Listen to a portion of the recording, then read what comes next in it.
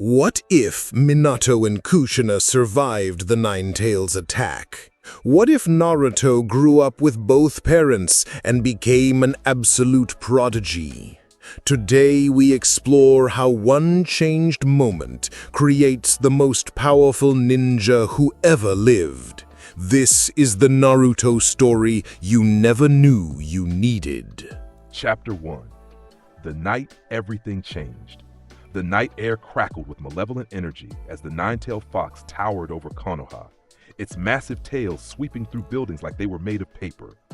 Blood-red eyes glared down at the village with ancient hatred, while shinobi scrambled to evacuate civilians and mount a desperate defense. At the heart of this chaos, 4th Hokage Minato Namikaze stood atop Gamabunta, his signature white cloak billowing in the wind. His face, usually calm and collected, was etched with determination as he faced down the most powerful of the tailed beasts. In his arms, he held his newborn son, Naruto, barely an hour old and already thrust into a nightmare. Kushina's seal is weakening. I need to get back to her, Minato thought, his mind racing through calculations and strategies faster than most could comprehend. The masked man who had extracted the nine tails from his wife had disappeared, but the damage was done. Konoha was under attack, his wife was dying, and now he held their newborn son, the future of everything he loved. But fate had other plans for the Namikaze family that night. "Minato!" a booming voice called out. Through the smoke and debris, a massive white-haired toad came bounding across the village rooftops.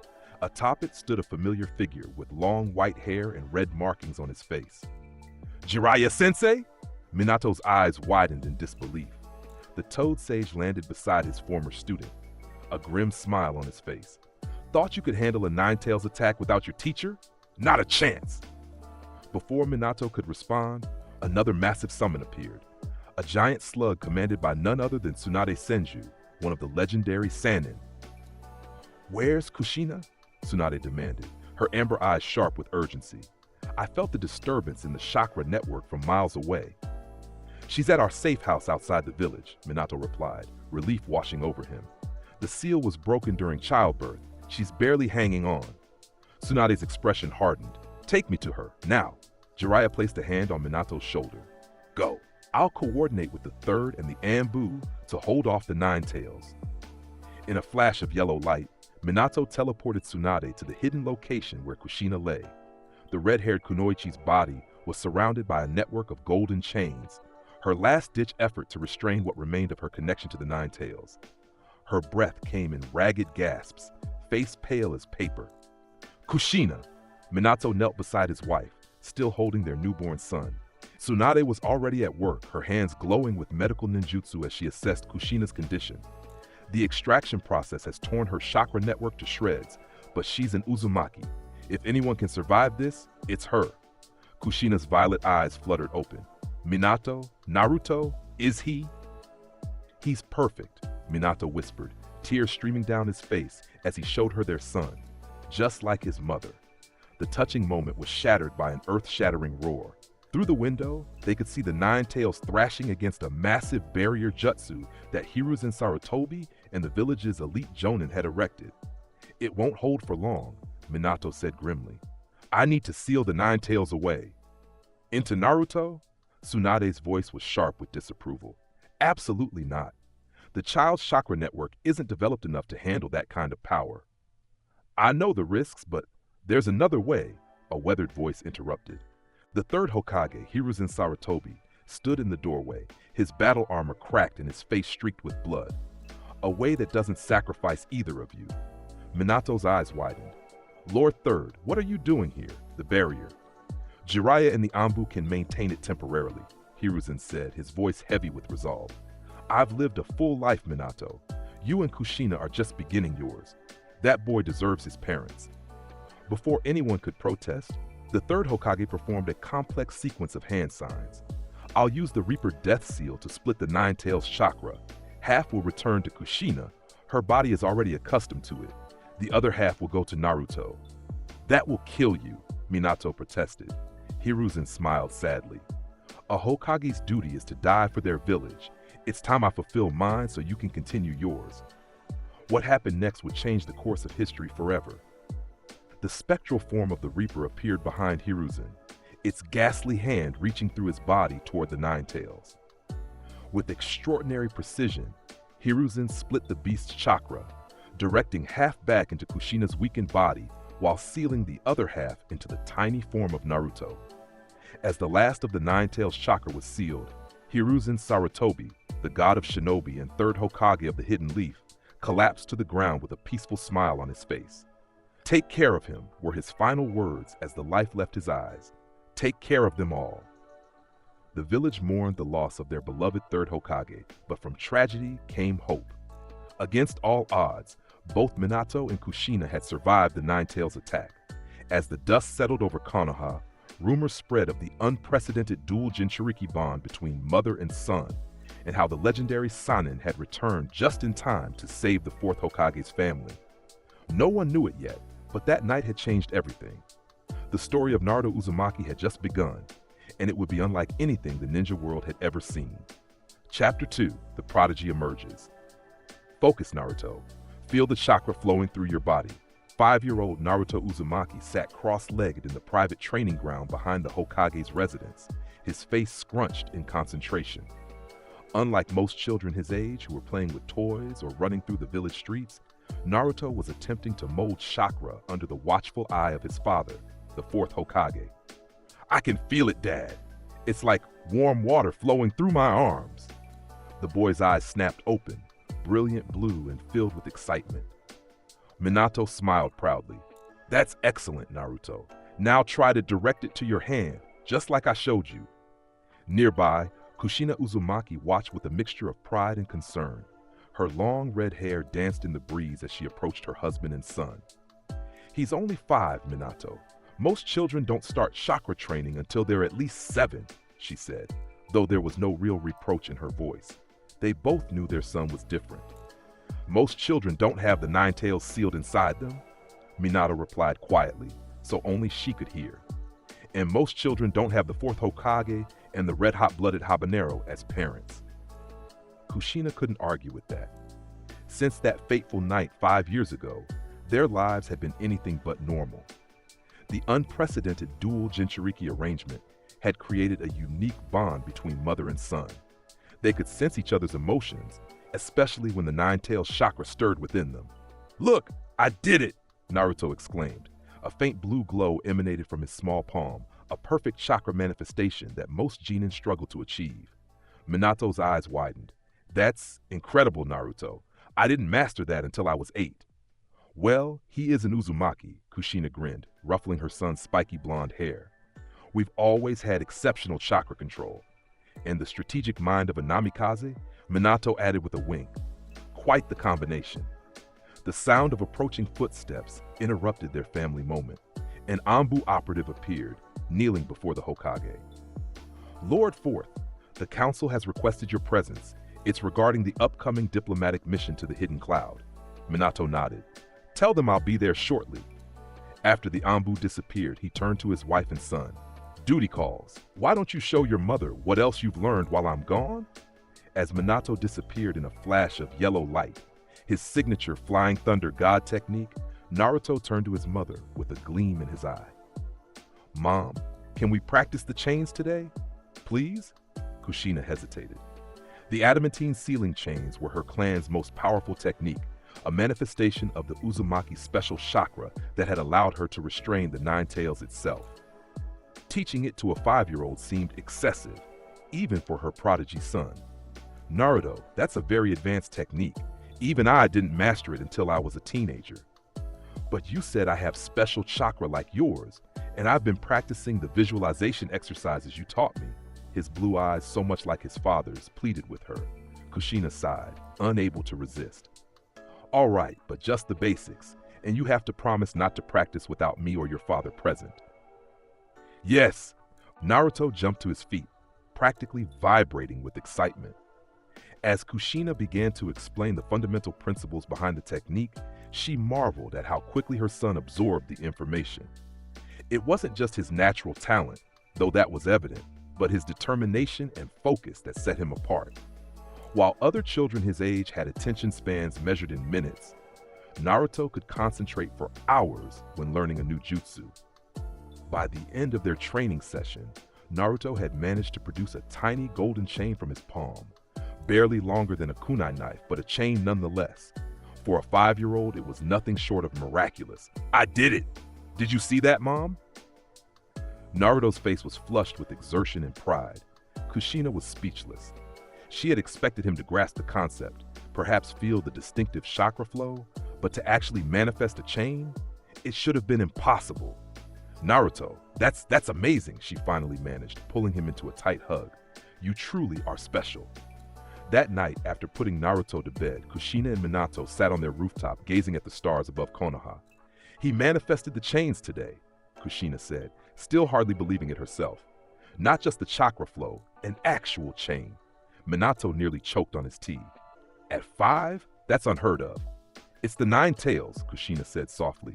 "The dual Jinchuriki bond is amplifying his abilities, and with both our bloodlines." Minato nodded thoughtfully. "We need to be careful, Kushina. If word gets out about how powerful he's becoming, he could become a target." "More of a target than being the Hokage's son and a Jinchuriki already makes him?" Kushina's voice held a hint of her famous temper. "Point taken," Minato conceded with a smile. "But we still need to guide him carefully. Power without wisdom is dangerous. He has your intelligence and my common sense. He'll be fine." Kushina leaned against her husband's shoulder. "But I do worry about how other children will react to him when he starts at the academy next year." Minato wrapped an arm around her. "We'll make sure he understands the importance of humility and friendship. Being strong doesn't mean standing alone." As if on cue, a small voice called from below. "Mom? Dad? Can I come up too?" They looked down to see Naruto in his pajamas, clutching his stuffed toad. "Did you have another dream?" Kushina asked gently. Since he was little, Naruto occasionally had vivid dreams, side effects of the nine-tailed chakra, they suspected. Naruto nodded, climbing onto the roof with agility no ordinary 5-year-old should possess. "I saw a boy with red eyes. He was all alone, and he was so sad and angry." Minato and Kushina exchanged concerned glances. These weren't just dreams, they were visions, possibly triggered by the Nine Tails' connection to the world's chakra network. "Come here." Minato lifted his son onto his lap. "Tell us more about this boy." As Naruto described his dream, neither parent knew he was describing Sasuke Uchiha, who would one day become his greatest rival and closest friend. But that night, under the stars of Konoha, all that mattered was that their son was safe, loved, and growing into something extraordinary. The legend of Naruto Uzumaki was just beginning to unfold. Chapter 3, Academy Prodigy. "All right, class, today we'll be practicing the transformation jutsu," Iruka Sensei announced to the room full of 7-year-olds. "This is a basic technique that every ninja must master." At the back of the classroom, Naruto Uzumaki barely contained his yawn. He had mastered the transformation jutsu 2 years ago, practicing with his mother in their backyard. Next to him, his cousin Karen, who had been brought to Konoha after Kushina discovered surviving Uzumaki clan members, nudged him with her elbow. "Try not to look so bored," she whispered. "You're making enemies again." Naruto glanced around, noticing the glares from several classmates. Despite his parents' best efforts to teach him humility, being both the Hokage's son and a natural prodigy made him a target for jealousy. "I can't help it," he whispered back. "We've been going over the same material for weeks." "Naruto Uzumaki!" Iruka's voice cut through their conversation. "Since you seem to have better things to do than pay attention, perhaps you'd like to demonstrate the jutsu for the class?" Several students snickered, anticipating Naruto's embarrassment. Instead, the blonde boy stood up with easy confidence and walked to the front of the room. "Who should I transform into, Iruka-sensei?" he asked politely. Iruka crossed his arms. "Let's make this challenging. Transform into the third Hokage, with all the details of his battle armor and helmet." A murmur ran through the class. Most of them had only seen pictures of the late third Hokage in his formal robes, not the complex battle gear Iruka was describing. Naruto formed the hand sign and called out, "Transform!" A puff of smoke enveloped him, and when it cleared, there stood not just a reasonable facsimile of Hiruzen Sarutobi, but an exact replica down to the weathered lines on his face, the scratch marks on his helmet, and even the slight tobacco stain on his beard. Iruka's jaw dropped. That's perfect. How did you know those details? Naruto released the jutsu, reverting to his normal form. Dad has photos from when they fought together. I study them sometimes. Well, excellent work, Iruka said, clearly impressed despite himself. You may sit down. As Naruto returned to his seat, he caught the eye of Sasuke Uchiha, who gave him a barely perceptible nod of acknowledgement. Unlike most of their classmates, Sasuke didn't resent Naruto's abilities. He saw them as a benchmark to measure himself against. Show off, muttered Kiba Inuzuka as Naruto passed by. It's not showing off if you can back it up, Shikamaru Nara commented lazily from his seat. Despite his perpetual disinterest, the Nara boy was one of the few who could keep up with Naruto intellectually. After class, Naruto found himself surrounded by a group of boys led by Kiba. Just because your dad's the Hokage doesn't mean you're special, Kiba growled. Some of us have to work for our skills. Naruto remained calm, remembering his mother's advice about handling confrontation. I do work hard, Kiba. Every day. You're welcome to train with me sometime if you want. As if we need your charity, another boy scoffed. It's not charity, Naruto replied evenly. It's called being a comrade. We're all Konoha shinobi in training. Before the situation could escalate, a quiet voice interrupted. Leave him alone. They turned to see Hinata Hyuga, her pale eyes narrowed in rare determination. Mind your own business, Hinata, Kiba said, though with less aggression than he'd shown Naruto. We're all classmates, she insisted, though her voice trembled slightly. Fighting among ourselves is pointless. Surprisingly, it was Sasuke who ended the standoff, appearing beside Naruto with his hands in his pockets and his usual detached expression. If you want to prove something, do it in tomorrow's sparring matches, the Uchiha said coolly, unless you're afraid you'll lose.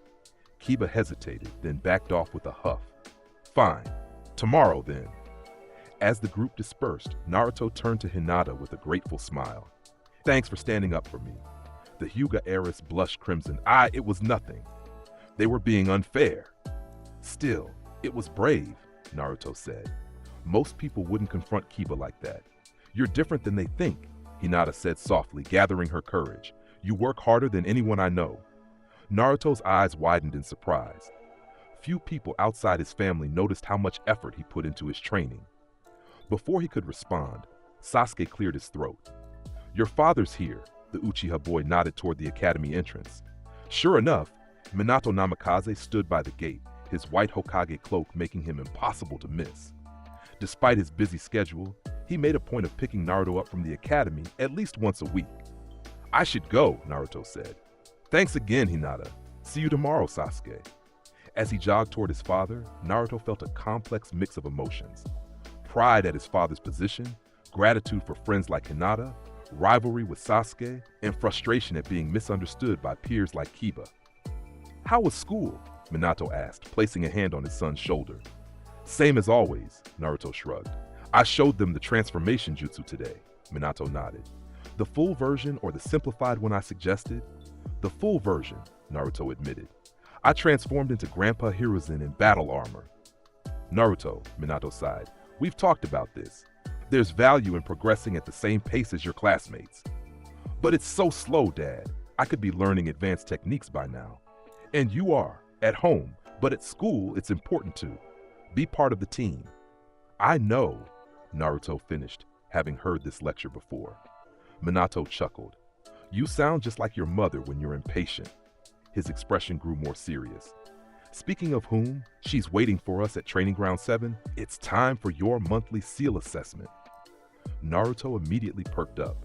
The seal checks were necessary to monitor the 9 tails of chakra, but they also meant advanced training sessions with both his parents, a rare treat given his father's busy schedule.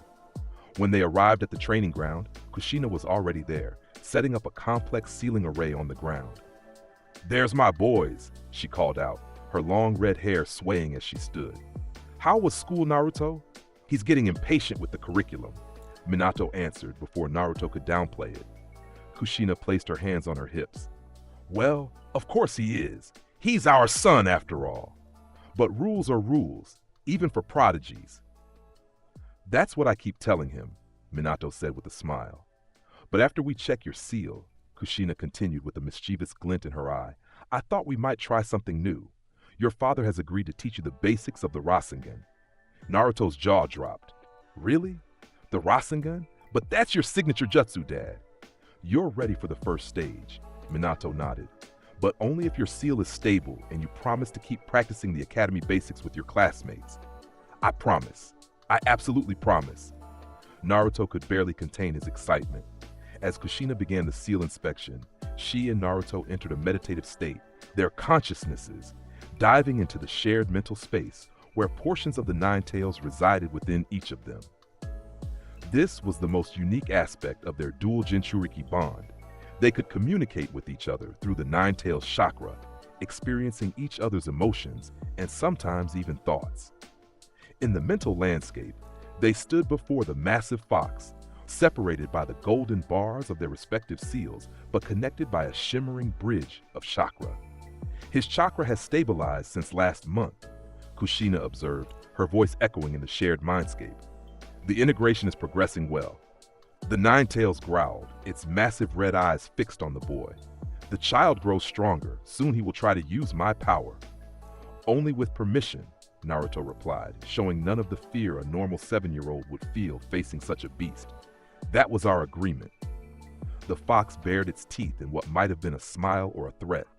Bold words from such a small container. He has my blood and his father's spirit, Kushina said proudly. And unlike past Jinchuriki, he's growing up with guidance. When they emerged from the meditative state, Minato was waiting anxiously. The seal checks always worried him. He remembered too vividly how close he'd come to losing both his wife and son that night. Everything looks good, Kushina reported. His chakra pathways are developing beautifully. The Nine Tails is still grumpy as ever, but stable. Excellent, Minato smiled with relief.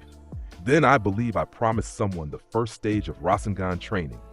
For the next 2 hours, Naruto attempted to pop a water balloon using only his chakra rotation, the first step in learning the complex A-rank jutsu. By sunset, he hadn't succeeded, but his determination hadn't wavered.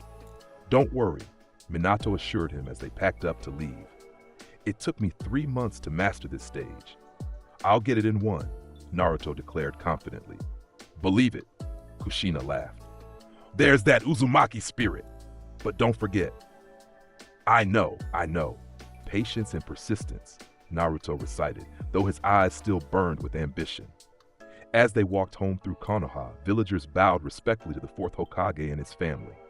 Unlike the original timeline, this Naruto knew nothing of isolation or hatred. He was the beloved son of the village's greatest heroes, recognized not just for his lineage, but increasingly for his own remarkable abilities. But with that recognition came expectation, a weight that would only grow heavier as he approached graduation.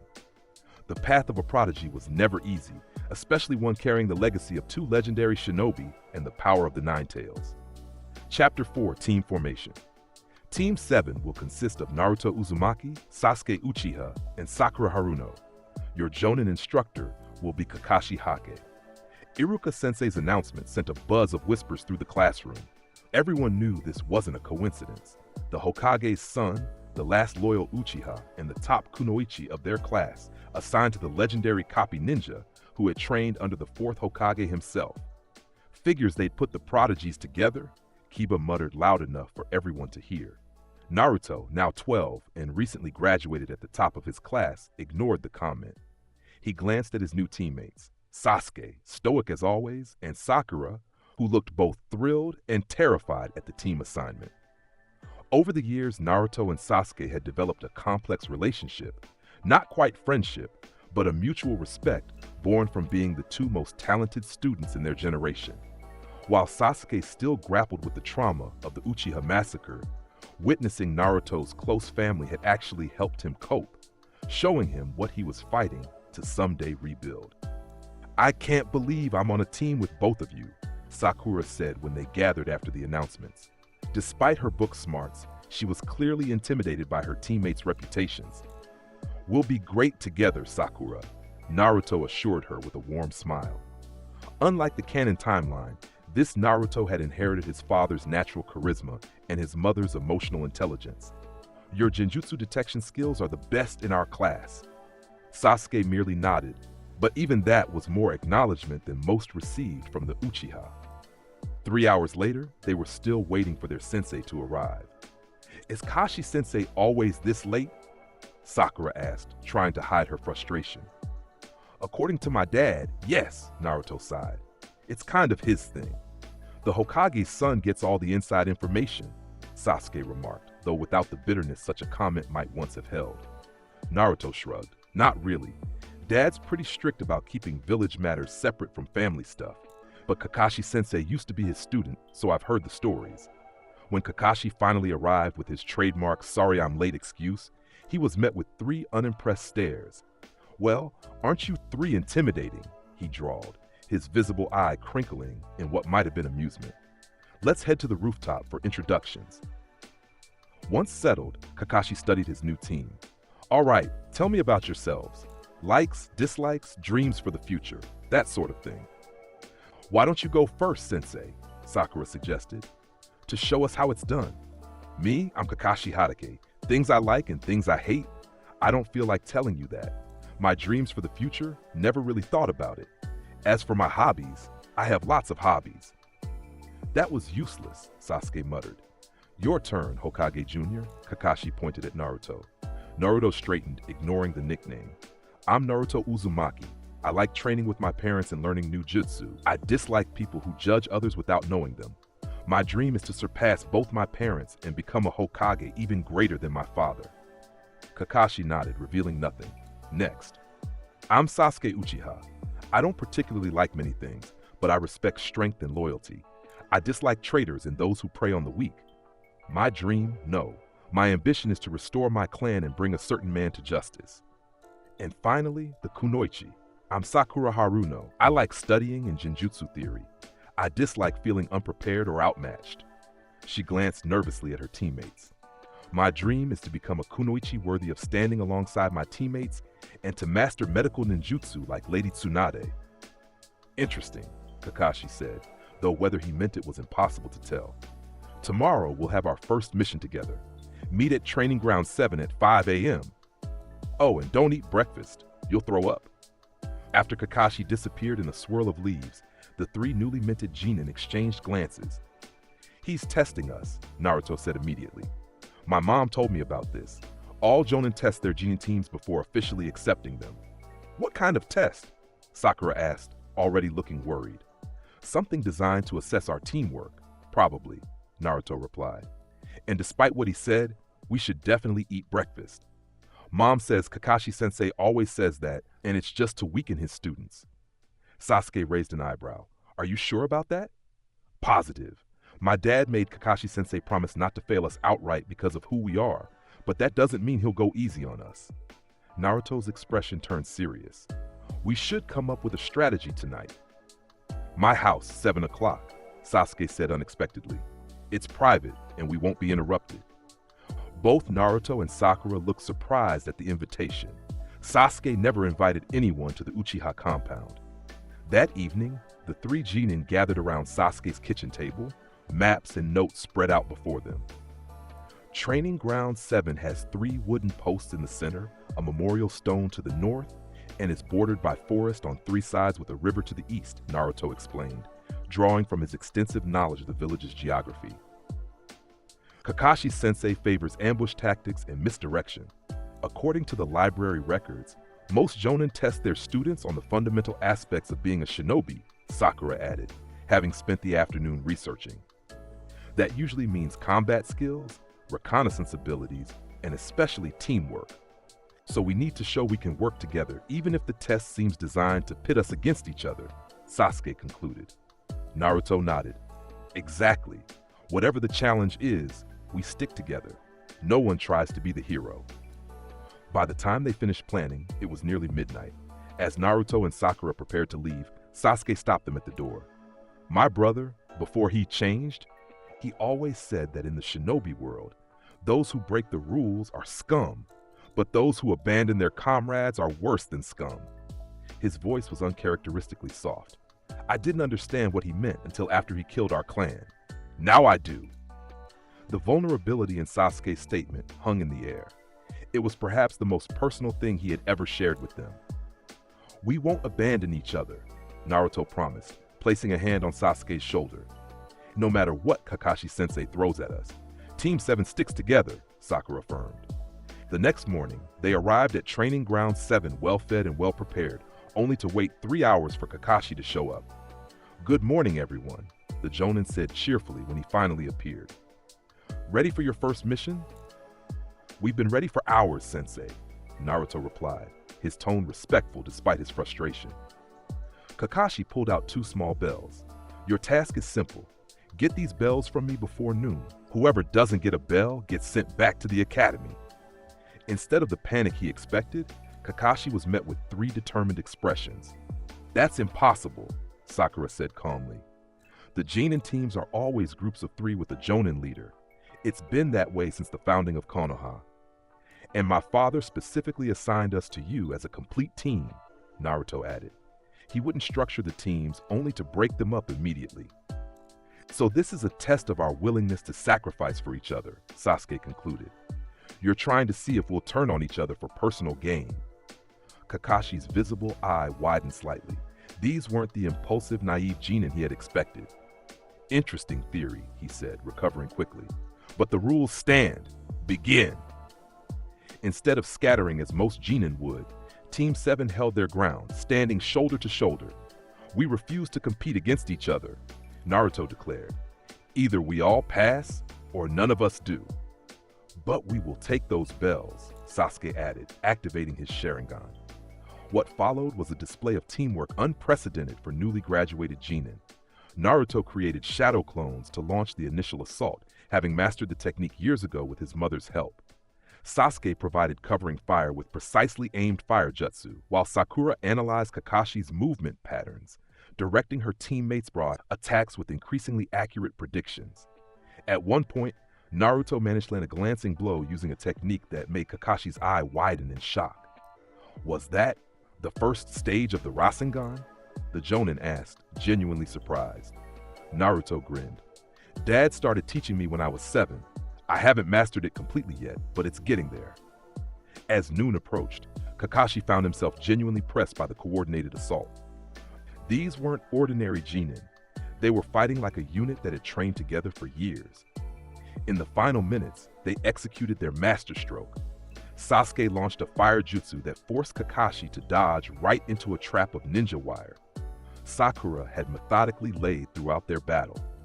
As the Jonin's movement was restricted for just a split second, Naruto's shadow clones created a momentary opening that allowed Sasuke to snatch both bells.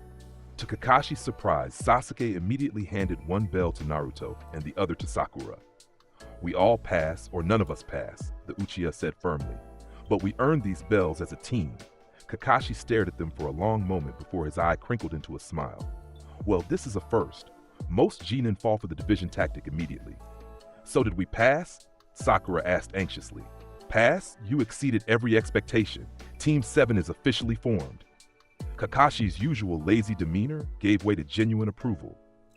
"Though I suspect you had inside information," Naruto shrugged. "Just good preparation and trust in each other." "Well, prepare to be bored, because new Genin typically start with D-rank missions." "Actually," Naruto interrupted with a grin, "my dad mentioned he might have something special for our first mission. Something about escorting a bridge builder to the land of waves?" Kakashi sighed. "And here I thought I'd have a few weeks of easy missions before things got complicated." As they walked back toward the village, Sasuke fell into step beside Naruto. "Your father arranged a C rank for our first mission?" "No," Naruto admitted quietly, "but I overheard him talking about it with an advisor. I figured if we impressed Kakashi-sensei enough, he might recommend us before it, instead of one of the more experienced teams." Sasuke's lips quirked in a rare, almost smile. "Manipulative. I approve." "I learned from the best," Naruto replied. "My mom can talk my dad into almost anything." Behind them, Kakashi watched his new team with a mixture of pride and nostalgia. They reminded him of another team long ago, a brilliant yellow Flash, a fiery red-haired Kunoichi, and himself as the prodigy. But this time, there was no Obito to lose, no Rin to fall. This time, perhaps, Team 7 could avoid the tragedies that had shaped his own life. They might actually be ready for the land of waves, he mused to himself. This should be interesting. Chapter 5. The land of waves mist hung heavy over the ocean as the small boat cut silently through the water. Team 7 sat alert but quiet, their first C-rank mission already having taken an unexpected turn. What should have been a simple escort for the bridge builder Tazuna had become complicated when they were attacked by the Demon Brothers. Chunin-level missing nin from the hidden mist. You should have told us the truth from the beginning, Kakashi said to Tazuna, his voice low to avoid detection. This is at least a B-rank mission now, possibly higher. The old bridge builder hung his head. My country is poor. We couldn't afford the proper mission rank. Gato has a stranglehold on our economy. Gato, the shipping magnate? Sakura asked, recalling information from her studies. The very same, Tazuna nodded grimly. He's taken over our country through corrupt business practices and hired thugs. My bridge is the only hope for breaking his control. Naruto exchanged glances with his teammates. They had defeated the Demon Brothers without much difficulty. Naruto's shadow clones and Sasuke's fire jutsu had made quick work of them while Sakura protected Tazuna. But all three Genin knew that stronger enemies likely awaited. We should continue the mission, Naruto said firmly. These people need our help. It's not that simple, Kakashi replied. This mission is now beyond the parameters of what Genin should handle. We're not ordinary Genin, Sasuke countered. You saw how we handled those Chunin.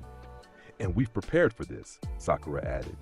We each packed extra supplies and weapons specifically in case the mission parameters changed. Kakashi raised an eyebrow. Did you now? That's unusually thorough for new Genin, Naruto grinned.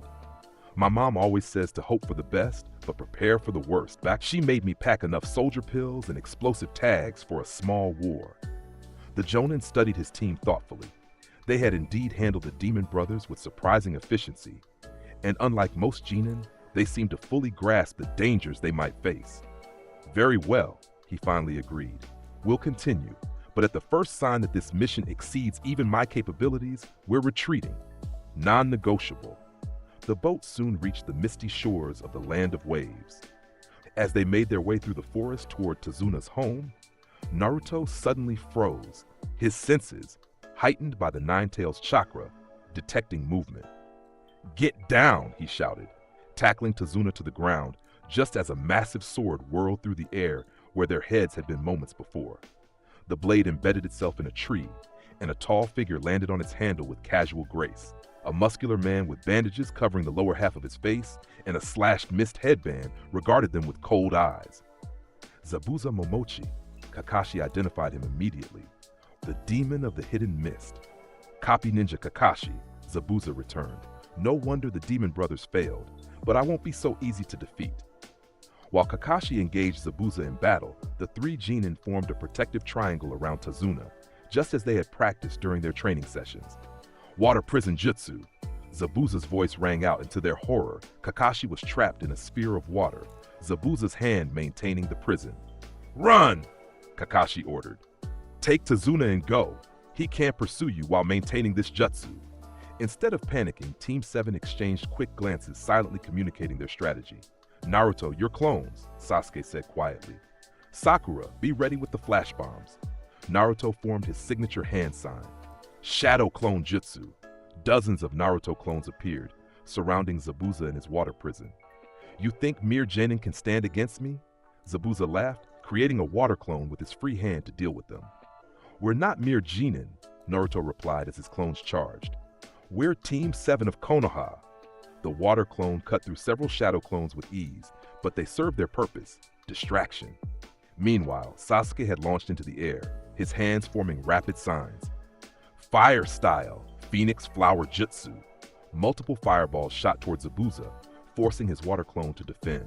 In that moment of distraction, Sakura threw 3 flash bombs directly at Zabuza's face. The missing nin was forced to close his eyes, and in that split second, Naruto's remaining clones transformed into shuriken, flying directly at Zabuza's arm that maintained the water prison. Faced with being sliced by dozens of shuriken or releasing the prison, Zabuza chose to jump away, freeing Kakashi. Impressive teamwork, Kakashi acknowledged as he regained his footing. But now stay back!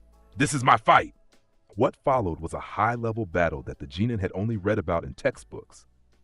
Kakashi revealed his Sharingan eye and began copying Zabuza's techniques with perfect precision, eventually gaining the upper hand. Just as Kakashi was about to deliver the final blow, Senbon needles flew through the air, striking Zabuza in the neck. A masked figure appeared on a nearby branch. "Thank you for your assistance," the newcomer said. "I've been tracking Zabuza for weeks. I am a Hunter 9 from the Hidden Mist." Naruto's eyes narrowed suspiciously. Something didn't feel right. He exchanged a glance with Sasuke, who had clearly noticed the same discrepancy. Hunter Nin typically disposed of bodies on the spot, not carried them away. Before they could voice their concerns, Kakashi collapsed from chakra exhaustion. "Sensei!" Sakura rushed to his side, immediately checking his vital signs with the basic medical ninjutsu she had begun learning. "He's just exhausted," she reported. "We need to get him somewhere to rest." "My house isn't far," Tazuna offered, clearly shaken by the battle he had witnessed. As they carried Kakashi to Tazuna's home, Naruto pulled Sasuke and Sakura close. "That wasn't a real Hunter Nin," he whispered. "I know," Sasuke nodded. "The Senbon struck precise points to induce a death-like state. And Hunter Nin dispose of bodies immediately to protect village secrets," Sakura added. "Which means Zabuza is still alive," Naruto concluded grimly. "And they'll be back." "We should tell Kakashi-sensei when he wakes up," Sakura suggested. "And in the meantime, we prepare," Sasuke said, his eyes hardening with resolve. At Tazuna's house, they were welcomed by his daughter Tsunami and grandson Inari, though the latter regarded the ninja with obvious skepticism. "You're all going to die," the boy declared bluntly during dinner. "No one can stand against Gato." "That's not true," Naruto replied calmly. Unlike the canon timeline, this Naruto didn't react with outrage to the boy's pessimism.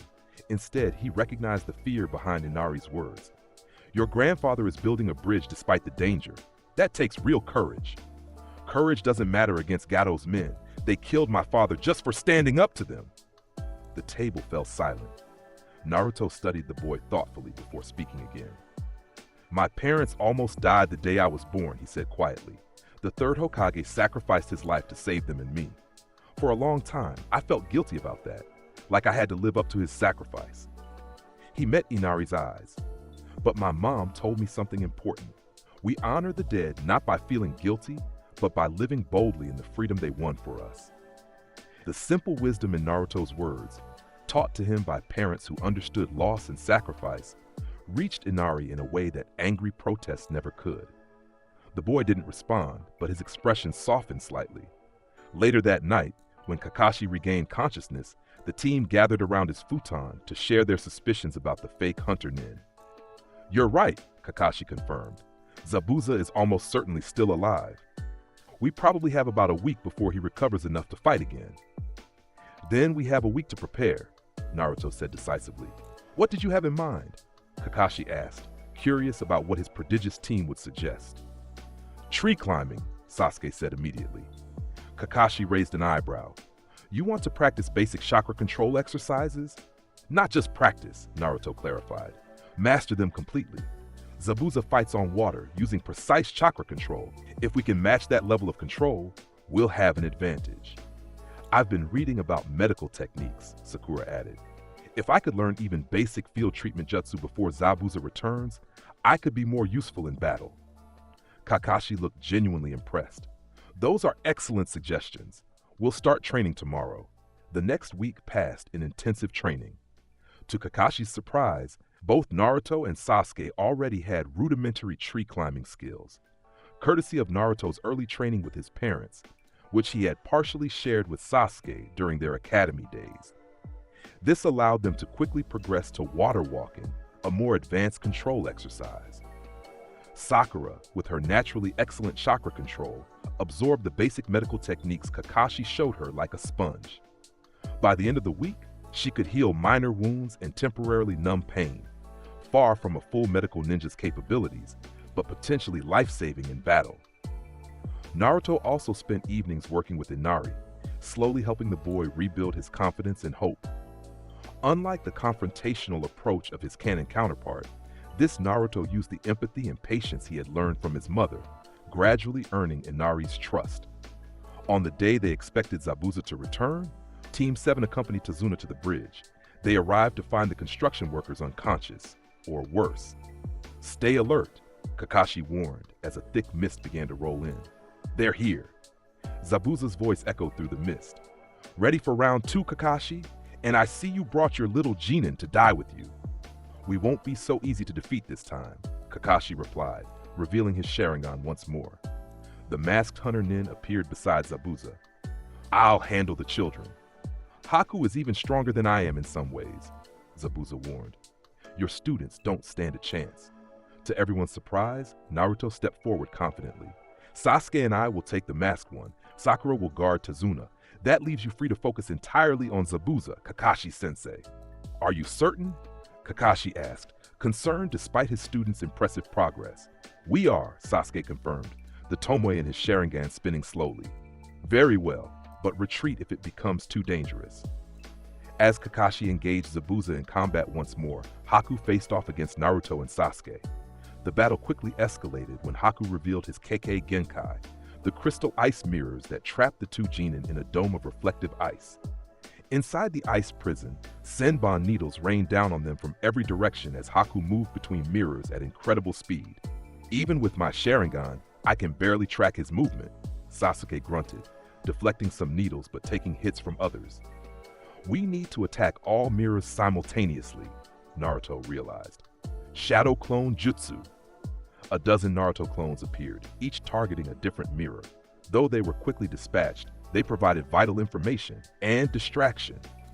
His real body becomes solid for a split second when transitioning between mirrors, Sasuke observed, his Sharingan catching what normal eyes could not. Naruto nodded, already forming a plan. I'll create more clones to force him to move frequently. When you spot his pattern, hit him with your strongest fire jutsu. The strategy worked better than expected. As Haku was forced to constantly move between mirrors to counter the shadow clones, Sasuke's Sharingan tracked the pattern. At the perfect moment, he launched his most powerful technique, Fire Style, Great Fireball Jutsu. The massive fireball struck just as Haku emerged from one mirror, catching him mid-transit. The masked ninja crashed to the ground, his jutsu faltering as several ice mirrors cracked and shattered. Before Haku could recover, Naruto was on him, a kunai at his throat. It's over. Then kill me, Haku said quietly. I have failed as Zabuza's tool. I am of no further use. Naruto's eyes widened. Tool? You're a person, not a weapon. My purpose is to serve Zabuza. Without that, I have no reason to exist. Before Naruto could respond, they heard Kakashi shout, Lightning Blade! The distinctive sound of chirping birds filled the air as Kakashi prepared his signature assassination technique. Zabuza is in danger! Haku's eyes widened behind his mask. With unexpected strength, he knocked Naruto aside and disappeared in a blur of movement. No! Naruto shouted, realizing what was about to happen. He formed a familiar hand sign, creating shadow clones that raced toward the confrontation between Kakashi and Zabuza. What happened next occurred in mere seconds. Haku appeared before Zabuza, ready to take Kakashi's lightning blade through his own heart. But before the fatal blow could land, multiple Naruto clones tackled Haku sideways, pushing him out of the lightning blade's path while simultaneously yanking Zabuza in the opposite direction. Kakashi's attack struck empty air, the momentum carrying him forward in surprise. Why? Haku gasped, staring at Naruto in confusion. Why would you save both of us? Before Naruto could answer, slow clapping echoed across the bridge. Through the dissipating mist, a short man in a business suit appeared, flanked by dozens of armed mercenaries. How touching, Gato sneered. But it seems I was right not to trust you, Zabuza. I never intended to pay you anyway. Gato, Zabuza growled, his eyes narrowing dangerously. You planned to betray us from the start. Of course. Why pay one expensive demon when I can hire 50 cheap thugs? Gato gestured to his small army. Kill them all, except the women. They might be valuable. The threatening implications toward Sakura and Tsunami back at the house were unmistakable. Something in Naruto shifted, a protective rage that resonated with the nine tails sealed within him. Naruto, Kakashi warned, sensing the change in his student's chakra. Stay calm. But to everyone's surprise, Naruto did remain calm, externally at least. This wasn't the uncontrolled fury of canon Naruto. This was the focused, disciplined anger of a shinobi raised by two powerful parents who had taught him to channel his emotions. Zabuza, Naruto said, his voice steady despite the red tinge beginning to appear in his eyes. These are the men who would abuse your village and its people, the man who would betray even you. Are these the people you want to fight for? For a long moment, Zabuza was silent. Then, with a grunt of pain, he tore the bandages from his face with his teeth, revealing a mouth full of sharpened teeth. No, boy. They're the people I want to kill. He turned to Haku. It seems we're changing sides, ready for one last fight together? Haku smiled behind his cracked mask. Always, Zabuza. What followed was a slaughter. Zabuza, even injured, carved through Gado's men with his massive sword. Haku's Senbon found the vital points of mercenary after mercenary. Team 7 joined the fray. Sasuke with precisely aimed fire jutsu, Sakura protecting Tazuna with unexpected ferocity, and Kakashi cutting down any who approached him with brutal efficiency. And at the center of it all was Naruto, moving with a speed and power that surprised even Kakashi.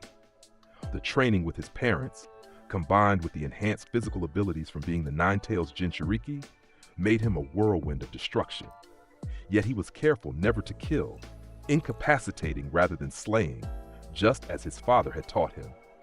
When only Gado remained, cowering at the edge of the bridge, it was Zabuza who approached him. Please, I'll pay you double, triple what we agreed, the businessman begged. This isn't about money anymore. Zabuza replied coldly, raising his sword. Wait, Naruto called out. The people of this country deserve to see justice done properly. Gado should stand trial for his crimes. Zabuza hesitated, then lowered his sword slightly. The boy's right, Gado. Death would be too merciful. At that moment, a crossbow bolt whistled through the air, striking Gado in the shoulder. Everyone turned to see Inari at the end of the bridge, leading what appeared to be the entire village, all armed with whatever weapons they could find. We're here to fight for our home, Inari declared, his earlier fear replaced by the courage Naruto had helped him rediscover. Seeing the overwhelming force against him, Gado made a desperate move, leaping off the bridge into the water below. But there would be no escape. Zabuza's thrown sword found him before he hit the water. Justice comes in many forms, the demon of the mist said grimly. In the aftermath, as the villagers celebrated their liberation, Kakashi approached Zabuza and Haku. What will you do now? He asked. Zabuza looked at Haku, then at the village they had helped free. I've been a tool for so long. I'm not sure I know how to be anything else. You could start by helping rebuild what Gado destroyed, Naruto suggested, joining the conversation. These people need protection while they recover. A demon protecting villagers? Zabuza laughed bitterly. That would be something new. Sometimes the most fearsome protectors are exactly what people need, Naruto replied, thinking of his mother, the former Jinchuriki whose fearsome power had always been used to protect those she loved. 2 weeks later, Team 7 stood at the completed bridge, ready to return to Konoha. The entire village had come to see them off, including Zabuza and Haku, who had indeed stayed to help with reconstruction. We're naming it the Great Naruto Bridge, Tazuna announced proudly, to remind us that heroes can come from anywhere, and that courage can change the course of destiny. Naruto blushed, uncomfortable with the attention. I didn't do it alone. It was all of us. Team 7, Zabuza and Haku, and especially you villagers who found the courage to stand up for yourselves. As they walked across the bridge toward home, Sakura nudged Naruto. Just wait until your parents hear about this. Their son has a bridge named after him. Dad will probably be proud, Naruto admitted with a smile. But Mom, she'll never let me hear the end of it. Kakashi watched his team with newfound respect. They had faced a Jonin-level threat and not only survived but triumphed and potentially turned enemies into allies. Most importantly, they had done it together, their teamwork growing stronger through adversity. Ready to report our successful A-rank mission, Team 7? He asked. A-rank? Sasuke questioned. Surely this was at least an A-rank, possibly S-rank with Zabuza involved. You're right. Wait until the mission office tries to pay us for a C rank. Kakashi's eye crinkled in a smile. I believe this is the beginning of Team 7's legendary status. None of them could have predicted just how right he would be, or the challenges that still awaited them. But as they returned to Konoha, one thing was certain. Team 7 was no ordinary Genin squad. And Naruto Uzumaki was well on his way to forging his own legend, distinct from but worthy of his parents' legacy. Chapter 6, The Chunin Exams. The Konoha Stadium erupted in thunderous applause as Naruto Uzumaki stood victorious in the center of the arena. Across from him, Neji Hyuga struggled to his feet, his Byakugan deactivated and his expression one of stunned disbelief. The winner of the match, Naruto Uzumaki, the proctor announced, raising Naruto's arm in victory. In the Kage viewing box, Minato Namikaze allowed himself a small, proud smile, not as the fourth Hokage, but as a father. Beside him, the visiting Kazekage nodded appreciatively. "Your son possesses remarkable skill for one so young," the Kazekage commented. The reports of his abilities were not exaggerated. "Naruto works harder than anyone realizes," Minato replied diplomatically, though pride colored his voice. "But today is about all of Konoha's promising genin, not just my son." The Kazekage's eyes narrowed slightly. "Indeed, my own children are quite eager to demonstrate their abilities as well." Something about the Kazekage's tone made Minato uneasy, but he maintained his composed exterior. Unknown to the disguised Orochimaru sitting beside him, Minato had already noticed several discrepancies in the Kazekage's behavior and had Anbu on high alert. 6 weeks earlier, when Team 7 had returned from their unexpectedly dangerous mission to the Land of Waves, Minato had been both proud and concerned, proud of their exceptional performance, but concerned by the level of danger they had faced. After reading Kakashi's report, he had personally debriefed the team. "You encountered Zabuza Momochi and not only survived, but managed to turn him from an enemy to an ally?" Minato had asked, his blue eyes, so like his son's, wide with surprise. "It was Naruto who convinced him to change sides," Kakashi had explained. "He has your gift for seeing the person beneath the reputation, Lord Hokage. And Sasuke's Sharingan has evolved significantly," Naruto had added, generous in his praise of his teammate. He tracked movements even Kakashi-sensei had trouble following. "Don't forget Sakura," Sasuke had interjected, surprising everyone with his willingness to acknowledge others. "Her medical jutsu saved us from serious injury more than once." Minato had studied the three genin thoughtfully before coming to a decision. "I believe you're ready for the Chunin exams. They'll be held here in Konoha in 1 month." The announcement had sent Team 7 into an intense training regimen. Naruto split his time between training with his team and special sessions with his parents, focusing on controlling the Nine Tails chakra. "The key is balance," Kushina had explained during one such session, her own body glowing with the familiar golden chains that helped her control her portion of the Nine Tails. "Too little control, and the fox's chakra overwhelms you. Too much suppression, and you can't access its power when needed." "It's like holding a bird," Minato had added, watching his wife guide their son through the exercises. "Squeeze too tight and it dies. Hold too loosely and it flies away." Through these sessions, Naruto had developed a technique unique to his dual Jinchuriki status. The ability to manifest a partial chakra cloak that enhanced his speed and strength without the berserker rage that typically accompanied Jinchuriki transformations. Now, as he left the arena after defeating Neji, Naruto was met by his teammates in the competitors' waiting area. "That was impressive," Sasuke acknowledged, his own match against Gaara of the Sand scheduled next. "The way you combine shadow clones with your chakra chains caught him completely off guard. Neji never stood a chance once you broke through his rotation," Sakura agreed, her pink hair now cut short for practicality. "But he seemed different after your match, less bitter." Naruto nodded thoughtfully. His hatred toward the main branch of his clan was poisoning him. Sometimes people just need someone to challenge their perspective. Before they could discuss further, a commotion from the medical area caught their attention. Hinata Hyuga, who had been severely injured in her preliminary match against her cousin Neji, had apparently collapsed while attempting to watch Naruto's match from her hospital bed. "I'll go check on her," Sakura volunteered immediately, her medical training making her the logical choice. As Sakura hurried away, Sasuke turned to Naruto. "Something's not right with that Gaara. During the second exam in the Forest of Death, I saw him kill 3 Rain Ninja without blinking, and the way he talks to himself, I've sensed it too," Naruto confirmed, his voice low. "There's something inside him, something like what's in me and my mom, but wilder, uncontrolled." "Another Jinchuriki?" Sasuke's eyes widened slightly. Is that even possible? There are 9-tailed beasts, Naruto explained. My dad told me about them. If Gaara contains one, then your match might be more dangerous than you anticipated, a familiar voice interrupted. Kakashi appeared beside them, his visible eyes serious. Kakashi-sensei, you should be in the audience, Naruto said, surprised. I was, until I noticed several sand and sound jonin moving in unusual patterns. Kakashi's voice was tense. Something's about to happen. Your father has noticed too. He's put Anbu on alert without alerting the Kazekage.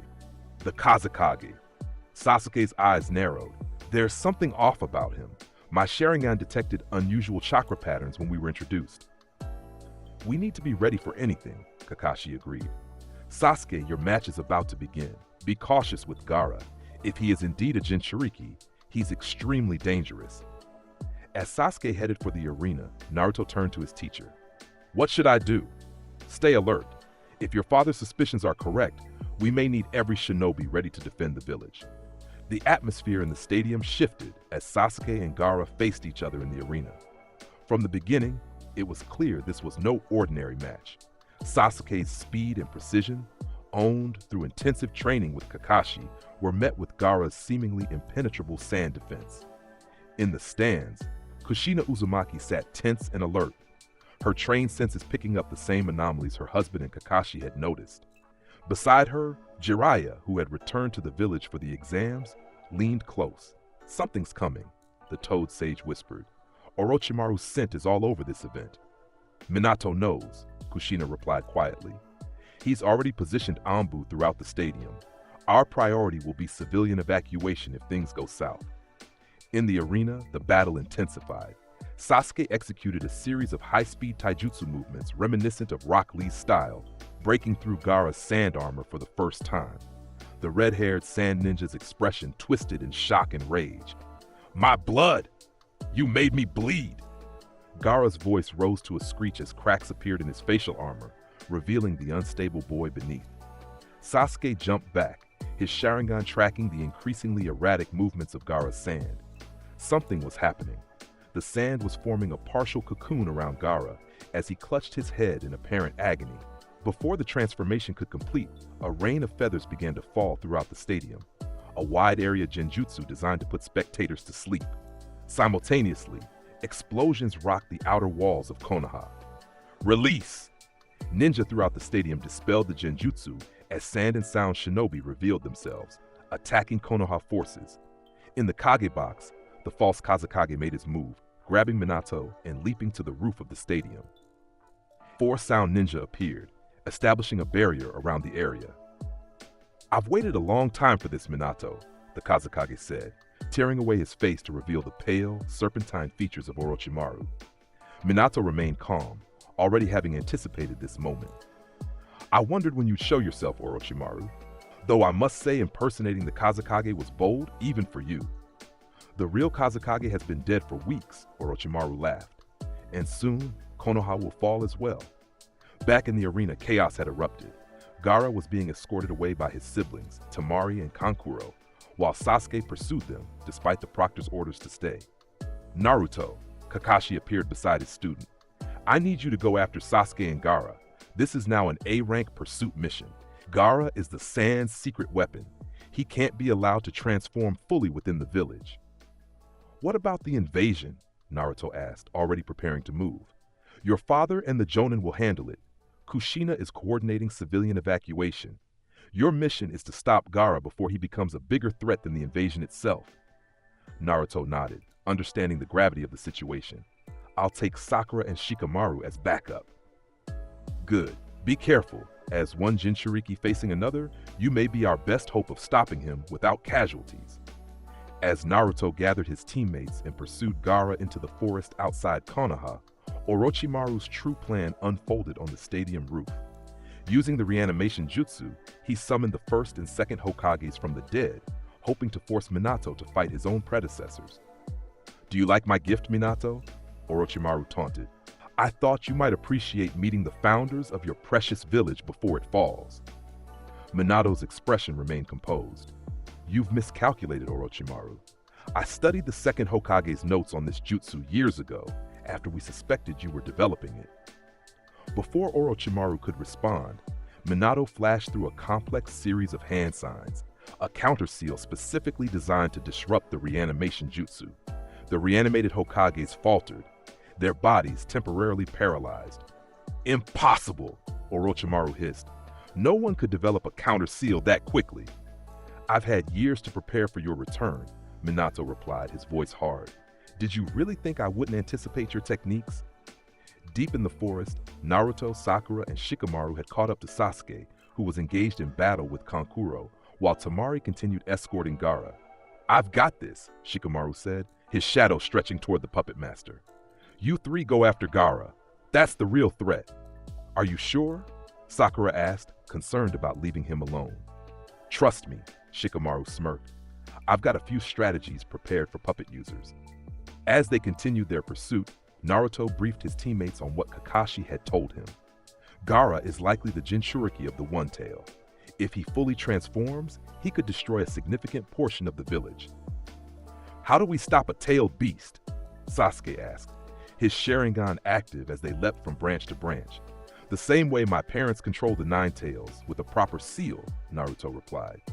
"My mom taught me an emergency containment seal for situations like this. You'll need time to prepare it," Sakura realized.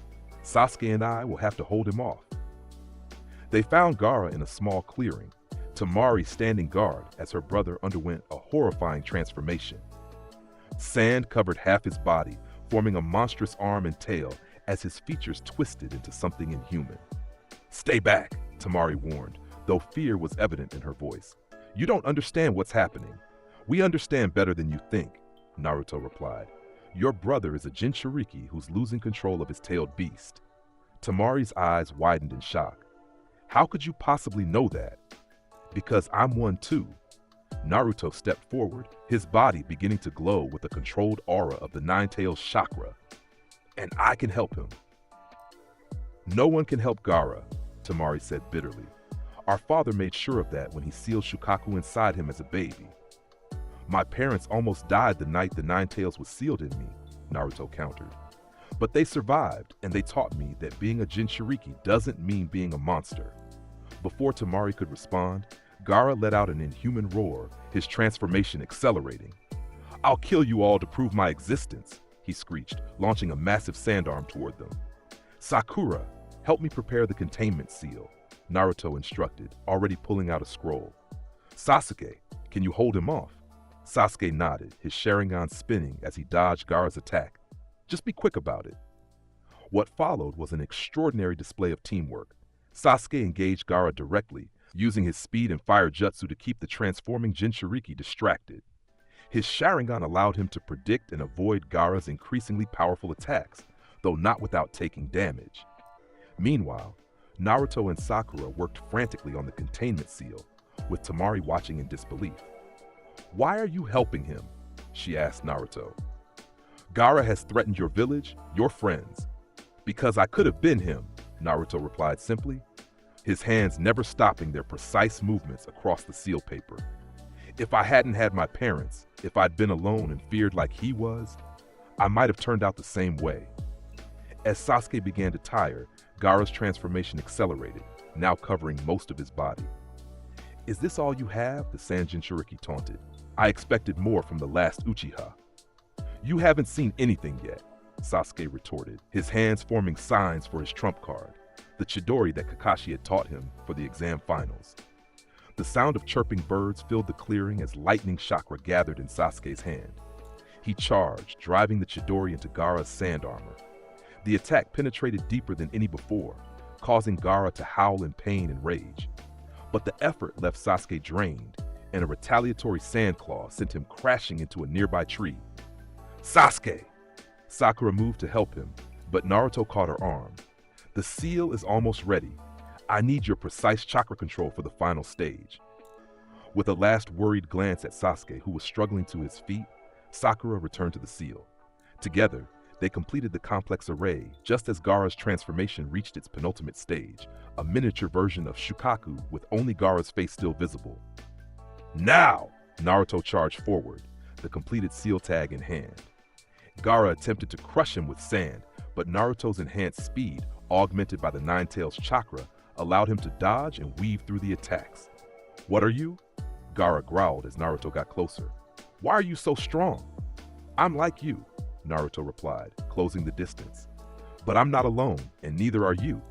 With a final lunge, Naruto slapped the seal onto Gaara's forehead. Immediately, golden chains of chakra, similar to Kushina's but smaller, erupted from the tag, wrapping around Gaara's transformed body and constricting the flow of Shukaku's chakra. Gaara screamed as the sand armor began to crumble, revealing the vulnerable boy beneath. As the transformation reversed, Naruto caught Gaara before he could fall to the ground. "Why?" Gaara whispered, his strength gone. "Why would you go so far for someone who tried to kill you?" Naruto looked him directly in the eyes. "Because saving a fellow Jinchuriki is the same as saving myself. We carry these burdens for our villages, but we don't have to be defined by them."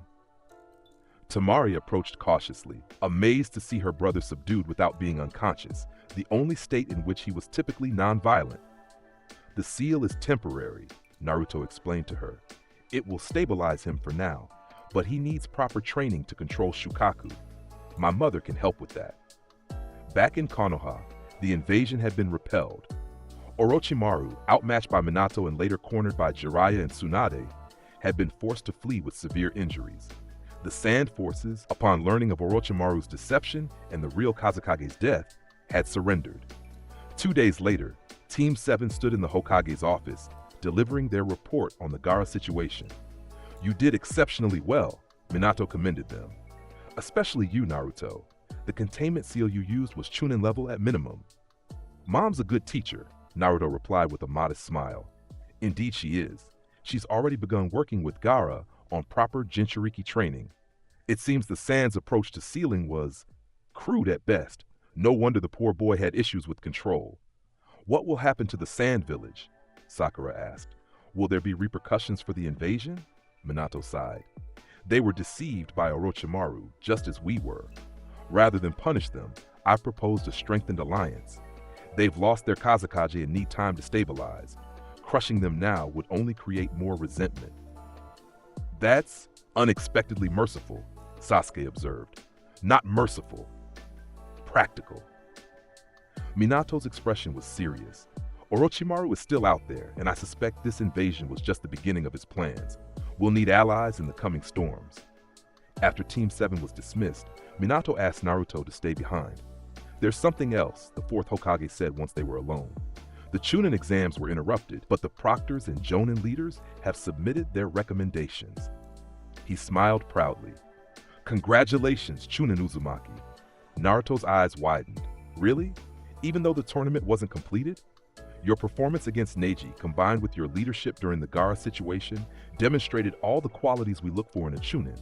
Sasuke and Sakura have been promoted as well." "That's amazing. Wait until Mom hears." "She already knows," Minato chuckled. "She's planning a celebration dinner tonight. Sasuke and Sakura are invited too, of course." That evening, the Uzumaki household was filled with laughter and congratulations. Kushina had prepared an enormous feast, and not just Team 7, but many of their friends and fellow ninja had come to celebrate. "To the youngest team of Chunin in Konoha history," Kakashi raised his glass in a toast, "and to their exceptional Jonin leader," Minato added, nodding respectfully to Kakashi. As the celebration continued, Naruto found himself on the balcony, looking out over the village. His father joined him, placing a hand on his shoulder. "Proud of you, son," Minato said softly.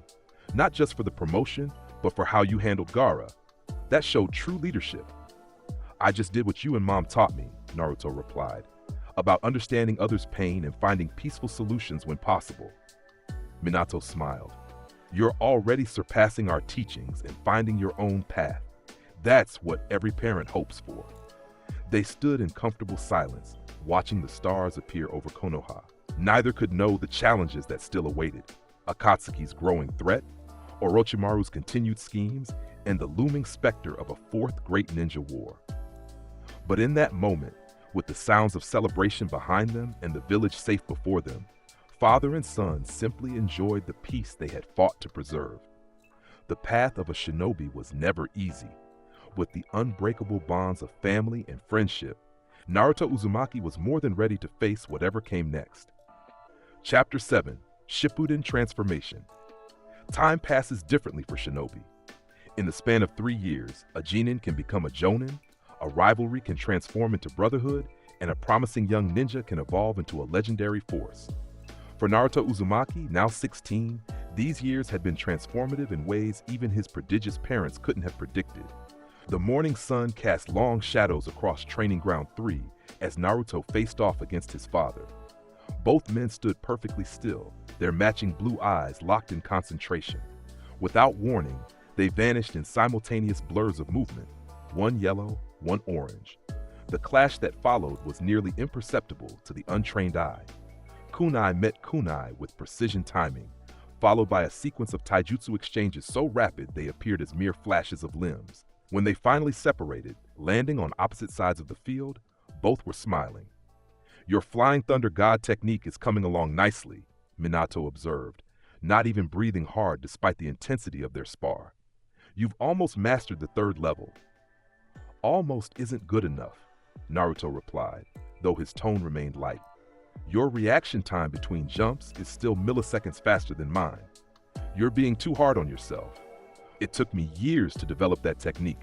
You've nearly matched me in months." Their conversation was interrupted by the arrival of an Anbu operative, who knelt before the Hokage. "Lord Fourth, the council has assembled as requested. They await your briefing on the Akatsuki situation." Minato nodded. "Tell them I'll be there shortly." As the Anbu disappeared, he turned back to his son. "Duty calls. Will you be joining us for the briefing?" "Wouldn't miss it," Naruto replied, his expression turning serious. "Especially since Jiraiya Sensei's latest intelligence concerns all Jinchuriki." The 3 years since the Chunin exam invasion had seen significant changes in the ninja world. Orochimaru had continued his machinations from the shadows, though his plans had been repeatedly thwarted by Konoha's intelligence network, led by Jiraiya and supported by Minato's strategic foresight. The Sand Village had become Konoha's strongest ally, their partnership cemented when Gaara, now in control of his tailed beast thanks to training from Kushina, had been appointed as the 5th Kazekage at the unprecedented age of 15. But the most significant threat had emerged in the form of Akatsuki, a mysterious organization of S-rank missing nin with the stated goal of capturing all tailed beasts. They had already successfully extracted the 5 tails and 7 tails from their Jinchuriki, killing the hosts in the process. In the council chamber, the atmosphere was tense as Konoha's leadership assembled. Clan heads, elder advisors, and key jonin sat around a large table with Minato at its head. Naruto took his place beside his mother, who now served as Konoha's chief seal master and Jinchuriki liaison. "Thank you all for coming," Minato began. "Jiraiya has returned with critical intelligence on Akatsuki's movements. I'll let him share his findings directly." Jiraiya, looking more weathered than usual after months of deep cover reconnaissance, stepped forward. "My network has confirmed that Akatsuki has accelerated their timetable. They're now hunting Jinchuriki in pairs, extremely effective pairs." He unrolled a map marked with various symbols. "They've been methodical, starting with the less protected tailed beasts, but now they're setting their sights on bigger targets." "The 9 tails," Kushina stated flatly. "And the 1 tail," Jiraiya confirmed. "As the strongest and weakest of the tailed beasts, they represent opposite ends of the spectrum. Our intelligence suggests they plan to move against Gaara within the month." "We need to warn him immediately," Naruto said, leaning forward.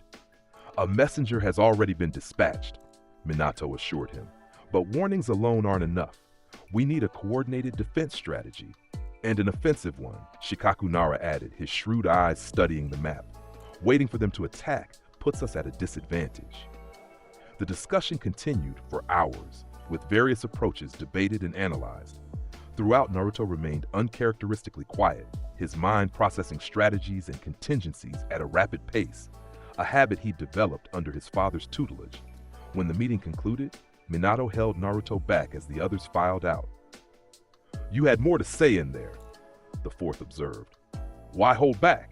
Naruto hesitated, then spoke with careful precision.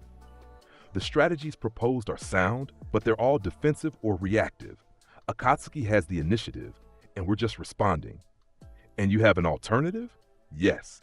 Naruto's blue eyes sharpened with resolve. Let me form a specialized team to hunt Akatsuki members before they can target more Jinchuriki. Small, elite, operating independently but coordinating with your overall strategy. Minato studied his son thoughtfully. That's a high-risk approach. Akatsuki members are all S-rank criminals. Even Jonin would be outmatched. Which is why my team would be specialized, selected specifically to counter Akatsuki's known abilities. Naruto laid out a scroll containing profiles he'd prepared. Sasuke's Sharingan can counter genjutsu and track high-speed movements. Sakura's medical skills and strength can keep the team operational and break through defenses. Neiji's Byakugan provides unparalleled reconnaissance. Shikamaru's tactical genius can adapt to changing situations. And you?